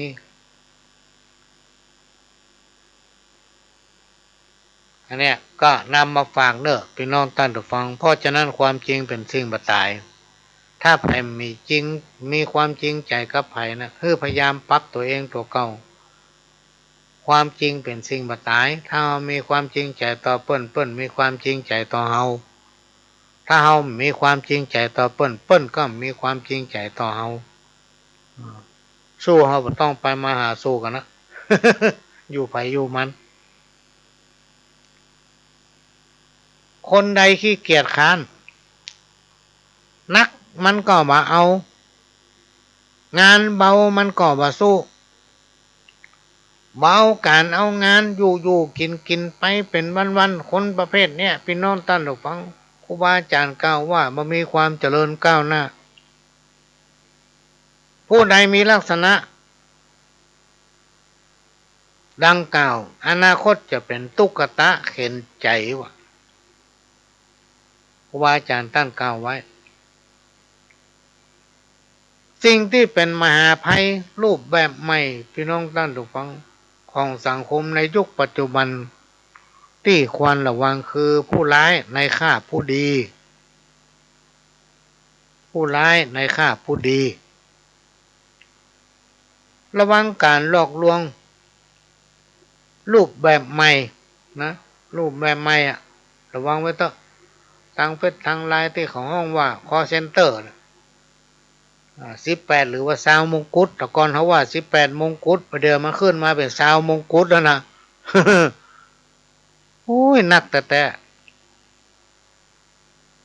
20มงกุฎเนี่ยนักชอบโทรหาคนนั้นคนนี้อ้างเรื่องนั้นเรื่องนี้อย่าไปหลงเชื่ออย่าไปหลงเชื่อระวังไว้เถอะบางคนนี่หลงเชื่อ18มงกุฎต้องเสียสตุ้งสตังค์เสียเงินเสียทองนักหนาปาป้านขอให้พี่น้องท่านผู้ฟังเนี่ยเวลาเมื่อเจ้าให้ฟังข่าวมาข้ามก็ให้พอข่าวเนาะถ้าเราเป็นคนดีล้ำไปเนี่ยมักจะไปเสียหูกับไอ้พวก18มงกุฎเพราะฉะนั้นอย่าประมาทนะเพื่อช่วยกันรณรงค์ช่วยกันขับเคลื่อนเอาศีลธรรมเข้าสู่ครอบครัวของตัวเก่า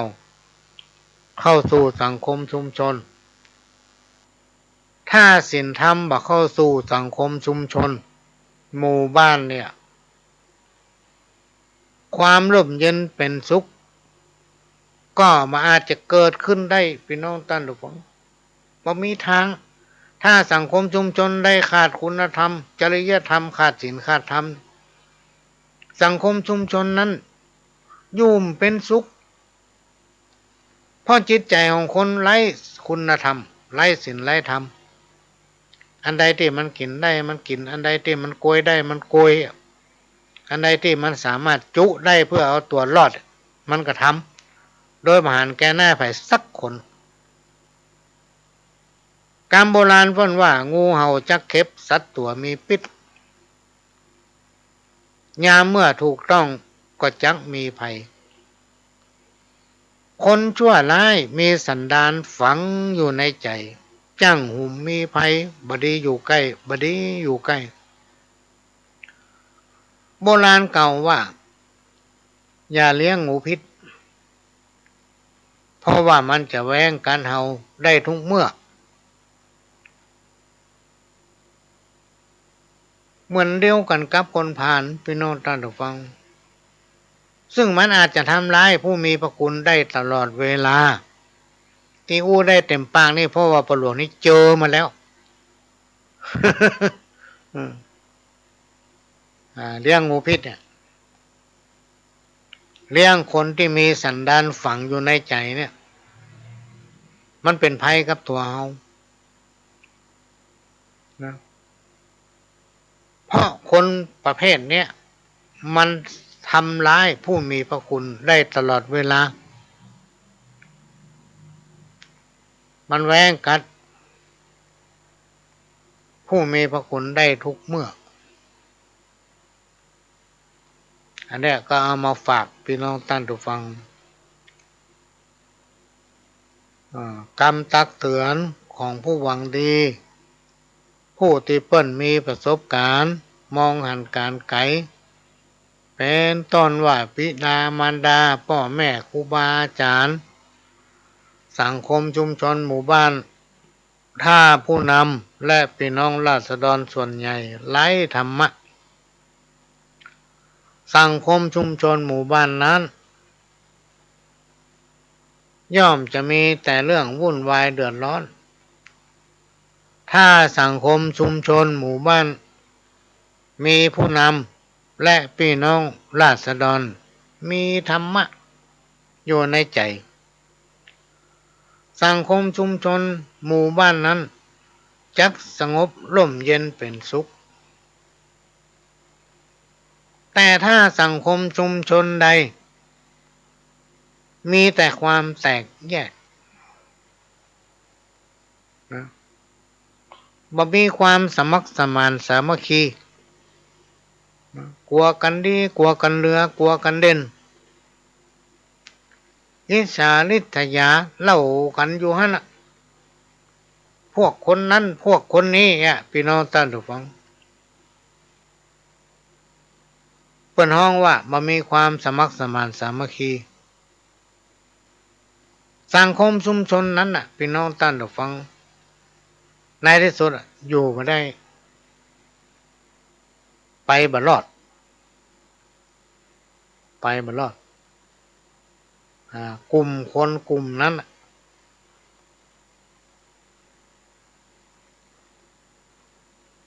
ถึงเนี่ยอันยังก็มีความสำเร็จสักอย่างในที่สุดปะพบแต่ความล่มจม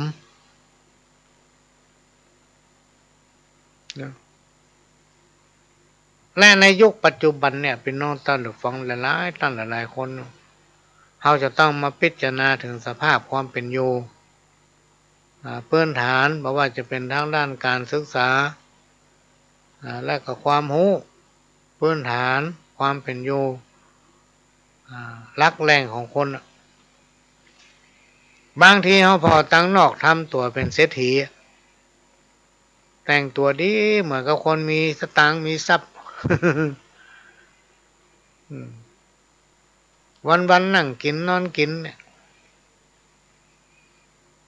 แต่ฐานะแต่ที่จริงของมันนะพี่น้องท่านผู้ฟังโอ้ยทุกอย่าง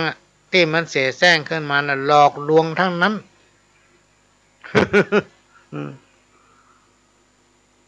ถ้าเอามัวแต่ไปมองลักษณะภายนอกเนี่ยพี่น้องท่านผู้ฟังเอาไปดูความเป็นจริงแบบพิจารณาท่องแท้ท่านอาจถูกหลอกถูกหลอกถูกโกงมีหลายๆคนพี่น้องท่านผู้ฟังมาอู้หูฟังปะหลวงผมเนี่ยอย่ามาจ้ำอกจ้ำใจแต่ว่าไปโดนคนที่เขาร่วมนับถือกันเนี่ยจุแล้วก็โกงเขาเนี่ยเป็นว่าตั้งหลังมาเนี่ยโอ้มันเป็นคนที่ยืมของคนนั้นน้อยโกงกินของคนนั้นคนนี้น้อยถ้ามันยืมของไผ่แล้วมันถึงบ่เคยใส่หรอก บ่เคยคืนเปิ้นว่ะอู้ลวกอู้ดีแปลงดีใส่ตัวหมดเขาก็ว่ามันกรรมของไปของมันเนาะเขาอาจจะได้สร้างนี่สร้างสินเขามาแต่อดีตชาติมันเลยมาตันกับชาตินี้ก็เลยตัดใจไปอย่างเงี้ย ที่จริงเขาจะต้องเขาคบคนเนี่ยพี่น้องท่านผู้ฟังเหมือนเขาไปซื้อเสื้อผ้าเขาต้องพอเนื้อมันเนี่ยโอ้ถ้าเนื้อผ้าอย่างนี้นุ่งแล้วมันจะฮ้อนเนี่ยถ้าเนื้อผ้าอย่างนี้นุ่งแล้วมันจะเย็นดูถึงเป็นยิบปุ่นยิบอย่างนี้มันจะบรรลดมันจะอดเพราะฉะนั้นเราจะคบไผ่เราต้องดูหน้าดูตาดูความประพฤติต้องพอกันไปเมินๆจะไปปุ๊บปั๊บปุ๊บปั๊บอย่าประมาทตนดูแควนต่ำจ้ามีปัญญาว่าน้อยเรียนมาความหูเล็กน้อยแล้วปล่อยลาสาเบาปัญญาจำไว้เตื้อน้อยเตื้อน้อยเพราะว่าคนเฮานี่นะพี่น้องท่านผู้ฟังถ้ามีสติมันจะมีปัญญามันก็เมื่อเรามีสติแล้วก็ปัญญาการที่เขาได้พบได้ปะได้หู้อย่างเป็นประจำวันของเขานะเขาก็มาเตือนฝังอยู่ในสติเขาเปิดห้องว่ามาประดับสติปัญญาไงเป็นประสบการณ์ ต่อไปถ้าเอาเก็บมาเป็นความทรงจำนำเอาสิ่งที่ดีๆนำมาปฏิบัติประยุกต์ใจเขาจะกลายเป็นภูมิปัญญาพื้นบ้านพี่น้องท่านผู้ฟังเป็นปราชญ์เลยแหละเมื่อเขาเรียนจบมาละในชีวิตเนี่ยการเป็นคนจะต้องศึกษากับชีวิตของคนเมื่อเขาเรียนหนังสือถึงวันนี้เขาอยู่กับความจริงนะพี่น้องท่านผู้ฟังอยู่กับความจริง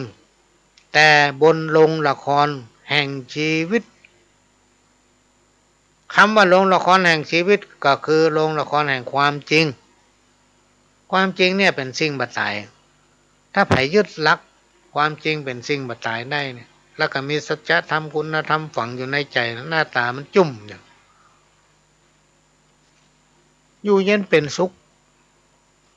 มีความเจริญไปที่ไหนไผก็ฮักไผก็ชอบคนที่จิตใจมันต่ำช้าเป็นคนสันดานหยาบเนี่ยพี่น้องท่านฟังพอหน้ามันเตอะ พอหน้ามันเตอะพอสายตามันท่านด้วยคนเฮาในยุคปัจจุบันเนี่ยมันมีสัมผัสมีเซนส์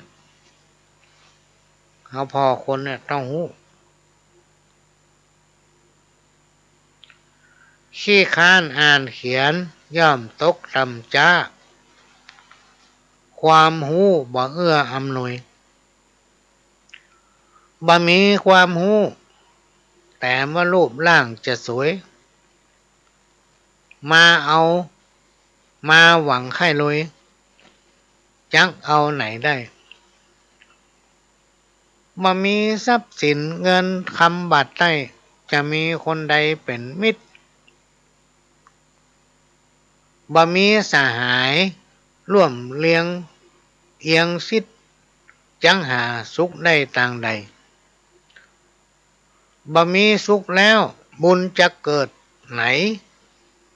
สุขสมดวงไทยบุญจึงเกิดขึ้นคนบุญบ่มีเป็นคนต่ำตื้นบ่ประเสริฐใดแน่แท้ อันนี้เป็นกรรมที่ครูบาเปิ้นบ่ใช่ครูบานักบุญนะเป็นครูบาที่เปิ้นบวชเท่าลูกหลานเปิ้นนักเป็นค้าบดีเป็นผู้มีฐานะอันจะกินเปิ้นมาบวชเปิ้นในห้องครูบาเปิ้นจังนั่งจมที่ปื้นเก้ามะม่วงพี่น้องท่านผู้ฟังว่าขี้ค้านอ่านเขียนย่อมตกต่ำจ้าความรู้บ่เอื้ออำนวยบ่มีความรู้แต่มารูปร่างจะสวยมาหวังไข่รวยจังเอาไหนได้บ่มีทรัพย์สินเงินคำบัตรได้จะมีคนใดเป็นมิตรบ่มีสหายร่วมเอียงเสียงซิดจังหาสุขได้อย่างใดบ่มีสุขแล้วบุญจะเกิดไหนสุขสมดวงไทยบุญจึงเกิดขึ้นคนบุญบ่มีเป็นคนต่ำตื้นบ่ประเสริฐใดแน่แท้เพิ่นจะนั่งจมของเพิ่นเป็นคงเป็นก้อนอย่างเงี้ยเฮาฟังแล้วเฮาไปขอจดจำเอาไว้พี่น้องท่านผู้ฟังถ้าอยู่ดีๆก็มานั่งกึดมันมีแต่เฮ้ย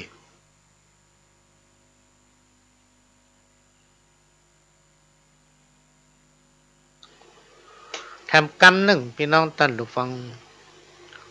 เพิ่นว่าอย่าหมิ่นดูแคลนความรู้ตัวนี้ว่ามีอยู่น้อยบางเบาแต่ว่าหู้เล็กน้อยบ่เต้าเตรียมเขาแต่ว่าเฮาหู้จริงแน่แจ้งหู้อันใดหู้ไปจนแห้งจนชำนาญแน่ชัดย่อมจักหาเลี้ยงตนยามที่ตกอัตคัดเป็นประโยชน์ได้ทีรุนถ้าหู้บ่แต้หู้แล้วหายสูญบ่เป็นบุญกุลสักเยื่องสักข้อหู้แน่แท้จริงผลยิ่งไหลป้อเกิดก็มีสินทรัพย์ เนี่ยพี่น้องท่านผู้ฟังมันมีคตินะถ้าเราเก็บมาคิดเก็บมาว่าอยู่บ่อยๆเนี่ยทำให้เราได้คิด ว่าอันอย่างมันจะเกิดกับจำมันต้องเขาได้หู้ธาตุแท้ของมันว่ามันต้องเป็นอย่างนั้นนี่จังทุกขังอนัตตาสิ่งตั้งหลายเหล่านี้มันบัดเที่ยงแท้แน่นอนพี่น้องตั้งตัวฟังอันเนี้ยเขาว่าร่างของเขากายของเขาเนื้อตัวของเขามันยังบัดใจพอถึงเวลาเขาก็ต้องถอดจิตของเขาเนี่ยไปละคาบไว้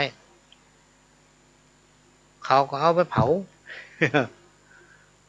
มันแค่มีประโยชน์อย่างร่างกายของเขาเนี่ยถึงเวลาเขาไปเผาหมด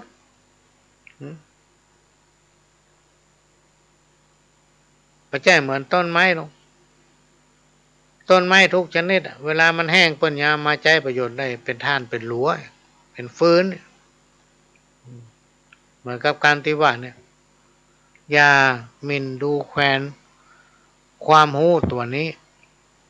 ว่ามีอยู่น้อยบางเบาแต่ว่าหูเล็กน้อยบ่เต้าเตรียมเขาแต่ว่าเฮาหูจริงแน่แจ้ง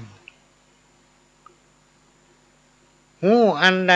หูไปจนแห้งจนชำนาญแน่ชัดย่อมจักหาเลี้ยงตนในยามที่อัตคัดเป็นประโยชน์ได้ทีลุนหูบัดแต่หูแล้วหายสูญบ่เป็นบุญกุลสักอย่างสักข้อหูแน่แท้จริงผลยิ่งไหลป้อเกิดก่อมีสินทรัพย์เหี้ย เหมือนกับลูกพญาเจ้าเมืองที่ไปเฮียนคาถาจากวันิพกขอตานเนี่ยใต้เมืองจะไปอู้ไผ่ฟังอายเปิ้นว่าเป็นลูกศิษย์ของวันิพกขอตานเนี่ยก็เลยจุไปว่าโอ้ไปเฮียนจากเมืองปูนสาวัตถีบุญจากสำนักทิศาปาโมกว่าที่ดังๆบุญ ก็เลยกลายเป็นคนที่มีความอกตัญญูกตเวทิตาคุณมันมีบุญคุณกับผู้ที่ส่งเสริมตัวเก่ามันมีบุญคุณมันนึกถึงบุญคุณผู้ที่ตัวได้ดีสิ่งที่ได้ห้ามได้เห็นมาเสื่อมหมดอย่าพี่น้องตั้นทุกฟังเนี่ยคนเฮาก็อย่างเดียวกันไม่ต้องได้ไปเรียนคาถาอาคมอย่างขนาดนั้นหรอกคนที่บ่ฮู้จักบุญจักกุลคนเนี่ยมันหิมากล้าบ่ขึ้นโลกพี่น้องตั้นทุกฟังมันจะมีอันเป็นไปมีอันเป็นไปขึ้นศอกลงวาไง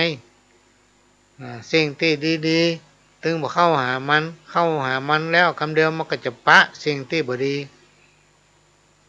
มันมีจ้านหน้ามันมีจ้านเนี่ยพี่น้องท่านทุกคนสิ่งทั้งหลายเหล่านี้ย่อมเกิดขึ้นกับคนที่กล่าวมาแล้วคนดีชอบศีลธรรมคนละยำชอบสิ่งที่บดีร่มเงาต้นไม้ทำให้นกอยู่เย็นเป็นสุข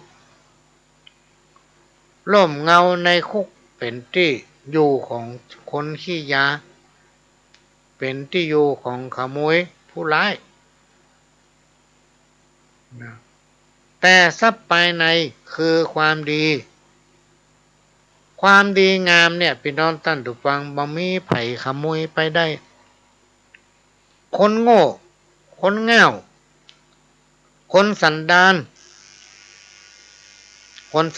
หยาบแม้นมีทรัพย์มีสตางค์เนี่ยมันก็อยู่ตัวเหมือนสิบหายละ คนมีปัญญาหลายจะมากด้วยทรัพย์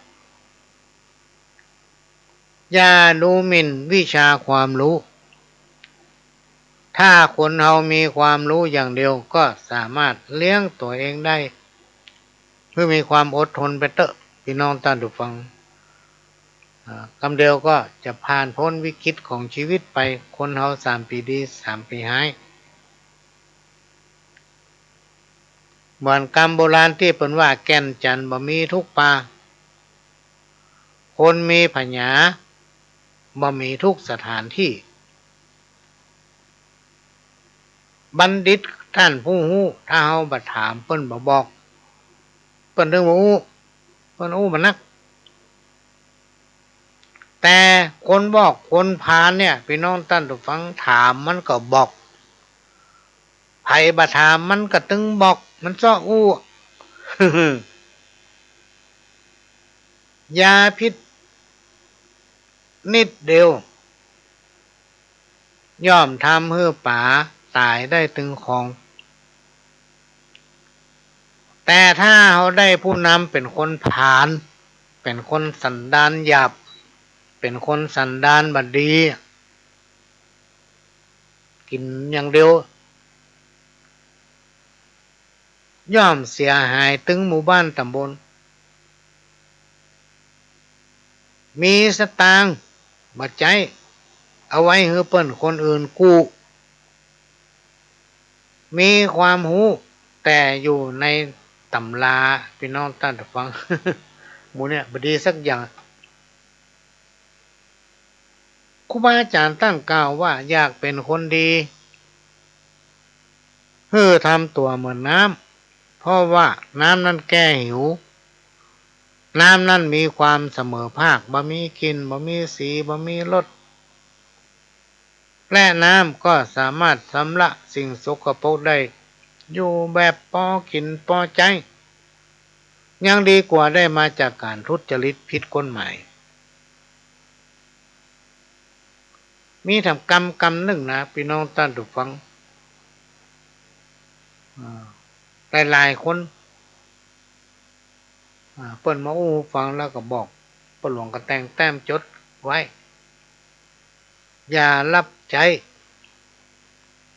คนที่ลามกหยาบคายอย่ารับใจคนที่ตนีอย่ารับใจคนที่บ่มีการยกย่องไผคอยแต่จะรังแกผู้น้อยถ้าไผได้เจ้านายอย่างเงี้ยพี่น้องท่านผู้ฟังโบราณอาจารย์บอกว่าจะบ่ได้อยู่ใกล้มัน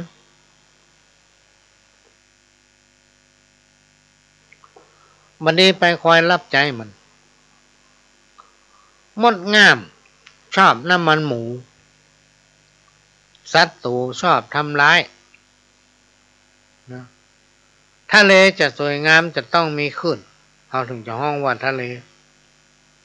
ชีวิตของคนเราทุกคนจะราบรื่นต้องมีอุปสรรคพี่น้องท่านผู้ฟังให้จำไว้ด้วยมันจะต้องมีอุปสรรคและให้มั่นใจไปว่าทุกอย่างในโลกเนี้ยบ่มีอันหยังที่คนเราจะแก้ไขจะฟันฝ่าไปบ่ได้เขาจะต้องแก้ไขได้บอกว่าจะเป็นปัญหาของตนเองและของคนอื่นในที่สุดวันใดวันหนึ่งเขาจะต้องผ่านวิกฤตนี้ไปได้ปะกับความเจริญรุ่งเรืองได้อันนี้ก็นำมาฝากภัยที่กำลังตกอับจะไปน้อยใจจะไปน้อยใจก็สู้ต่อไปแล้วความสำเร็จอยู่ตั้งหน้าท่านแหละถ้าเรามีความพยายามพี่น้องท่านผู้ฟังคำเดียวมันก็ปักกับความสำเร็จเองดูคนดีดูที่การกระทำถ้าอยากจะดูผู้นำคือดูที่ความเสียสละพี่น้องท่านผู้ฟังดูความอ่อนน้อมถ่อมตนนะดูการปฏิบัติตนนะกิริยามารยาทอย่างสปะสเปดแหละพี่น้องท่านผู้ฟังอันนี้ก็เป็นเรื่องที่นำมาฝากให้เป็นข้อคิดในรายการวันนี้ขณะนี้พี่น้องท่านผู้ฟังก็กำลังรับฟังรายการสาระสปะจากทางสถานีวิทยุกระจายเสียงพระพุทธศาสนาชาติและสังคมเคลื่อนเพื่อการศึกษาพระพุทธศาสนาและวัฒนธรรม FM 104.50 เมกะเฮิรตซ์จากวัดฝายหิน สถานีวิทยุวัดฝ่ายหินนั้นเป็นของพี่น้องคนฟังทุกท่านเป็นเจ้าของเนอะเราจะต้องช่วยกันทนุบำรุงพี่น้องท่านทุกฟังช่วยกันทนุบำรุงเราก็จะได้อยู่ด้วยกันไปมันถ้าท่านใดที่มาเชียงใหม่ก็แวะไปได้ที่สถานีวิทยุวัดฝ่ายหินไปทางกาดต้นขยอมหลังมอชอนะก็ไปเยี่ยมสถานีได้ช่วยกันทนุบำรุงตามกำลัง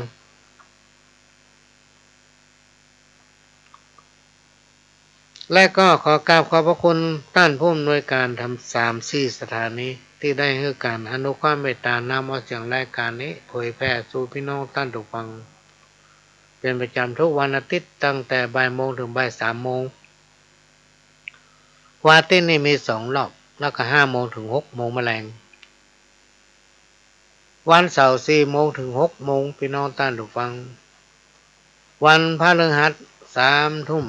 ถึง 4 ทุ่ม9 โมงถึง 10 โมงเมื่อคืนก็พบปะกัน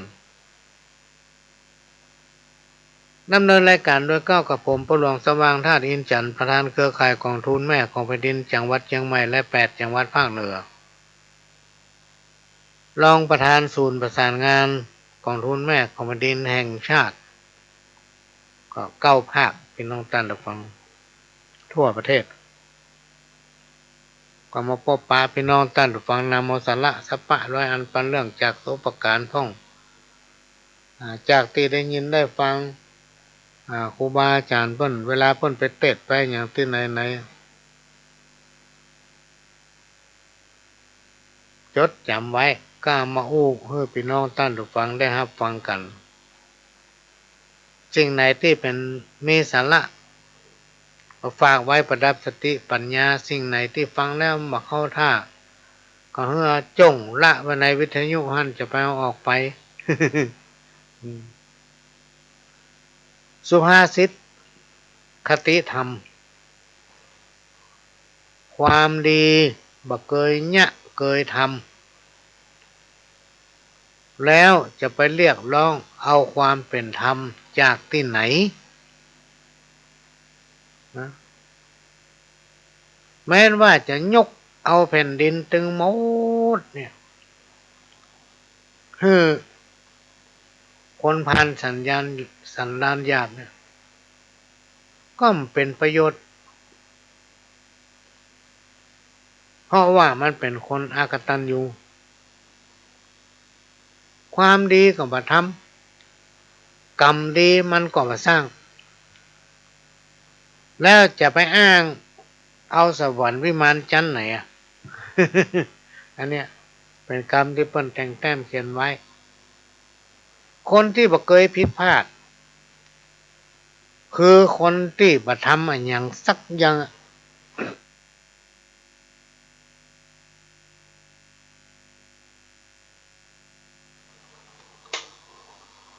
เมื่อมันบ่ทำอันหยังสักอย่างความผิดพลาดก็มีปลาที่ไหลไปตามน้ำคือปลาตายเปรียบได้เหมือนคนเฮาได้ชื่อว่าเกิดมาพร้อมเปิ้นบ่มีกำกึดเป็นคนกระเปิ้นบันไดมาเป็นตัวของตัวเก่าเพื่อบรรจุหูดัง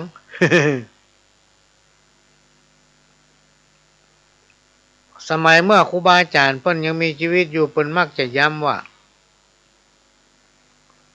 คนเฮาฮู้วันเกิดบ่ฮู้วันตายคือรีบเร่งทำความดีเป็นผู้นำก็คือเข้าวัดเข้าวาฟังเทศน์ฟังธรรมรักษาศีลภาวนาเป็นนักเรียนก็คือขยันหมั่นศึกษาเล่าเรียนจะได้มีอนาคตอย่ามองแต่คนอื่นฝ่ายเดียวจงพอตัวเก่าหรือว่าพิจารณาตัวเองอยู่เสมอว่าวันนี้เฮาได้ทำอันอย่างไว้เพื่อเป็นตัวอย่างให้ลูกให้หลานแล้วหรือยังความจริงที่มันเป็นสิ่งบัดตายเนี่ย เขายอมรับมันได้ก่อนถึงวันนี้เมื่อขนาดตัวเก่ายังยอมรับมาได้จะเป็นตัวอย่างให้กับลูกกับหลานได้อย่างใดจะเป็นคนนำของคนในสังคมชุมชนได้อย่างใดขนาดความจริงตัวเองยังยอมรับมาได้เนี่ยเราจะต้องพิจารณาดูตนเองถ้ายังไม่ได้ทำมือรีบทำลักษณะของคนดีกับคนบดี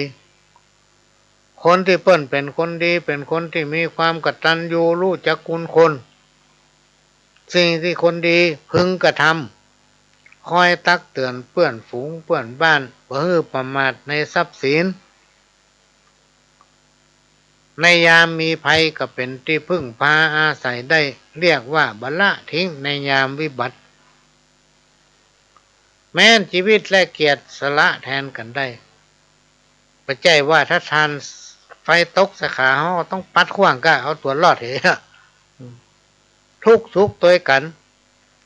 โต้เถียงในสิ่งที่บ่ถูกต้องแตนเปื้อนปัจจัยเอาความดีใส่เปิ้น แนะนำเปิ้นบ้านประพฤติในสิ่งที่เป็นประโยชน์วางตนให้เหมาะสมกับฐานะของตนเองเป็นคนที่มีความเสมอต้นเสมอปลายเขาจะรู้ได้อย่างไรว่าคนไหนเป็นคนดีคนบ่ดีจะรู้ได้จากความประพฤติปฏิบัติคนไหนมีความกตัญญูกตเวทิตาคุณรู้จักบุญคุณคนนั้นเรียกว่าเป็นคนดีนะเรียกว่าเป็นคนดีอู้ไปอู้มากำลังติดลมพี่น้องท่านผู้ฟังเวลาหมดละ พวกเราก็จะขอนำรายการจากพี่น้องท่านผู้ฟังไปก่อนเดี๋ยวถ้าภัยปฏิภารกิจอย่าง5 โมงก็จะมาพบปะ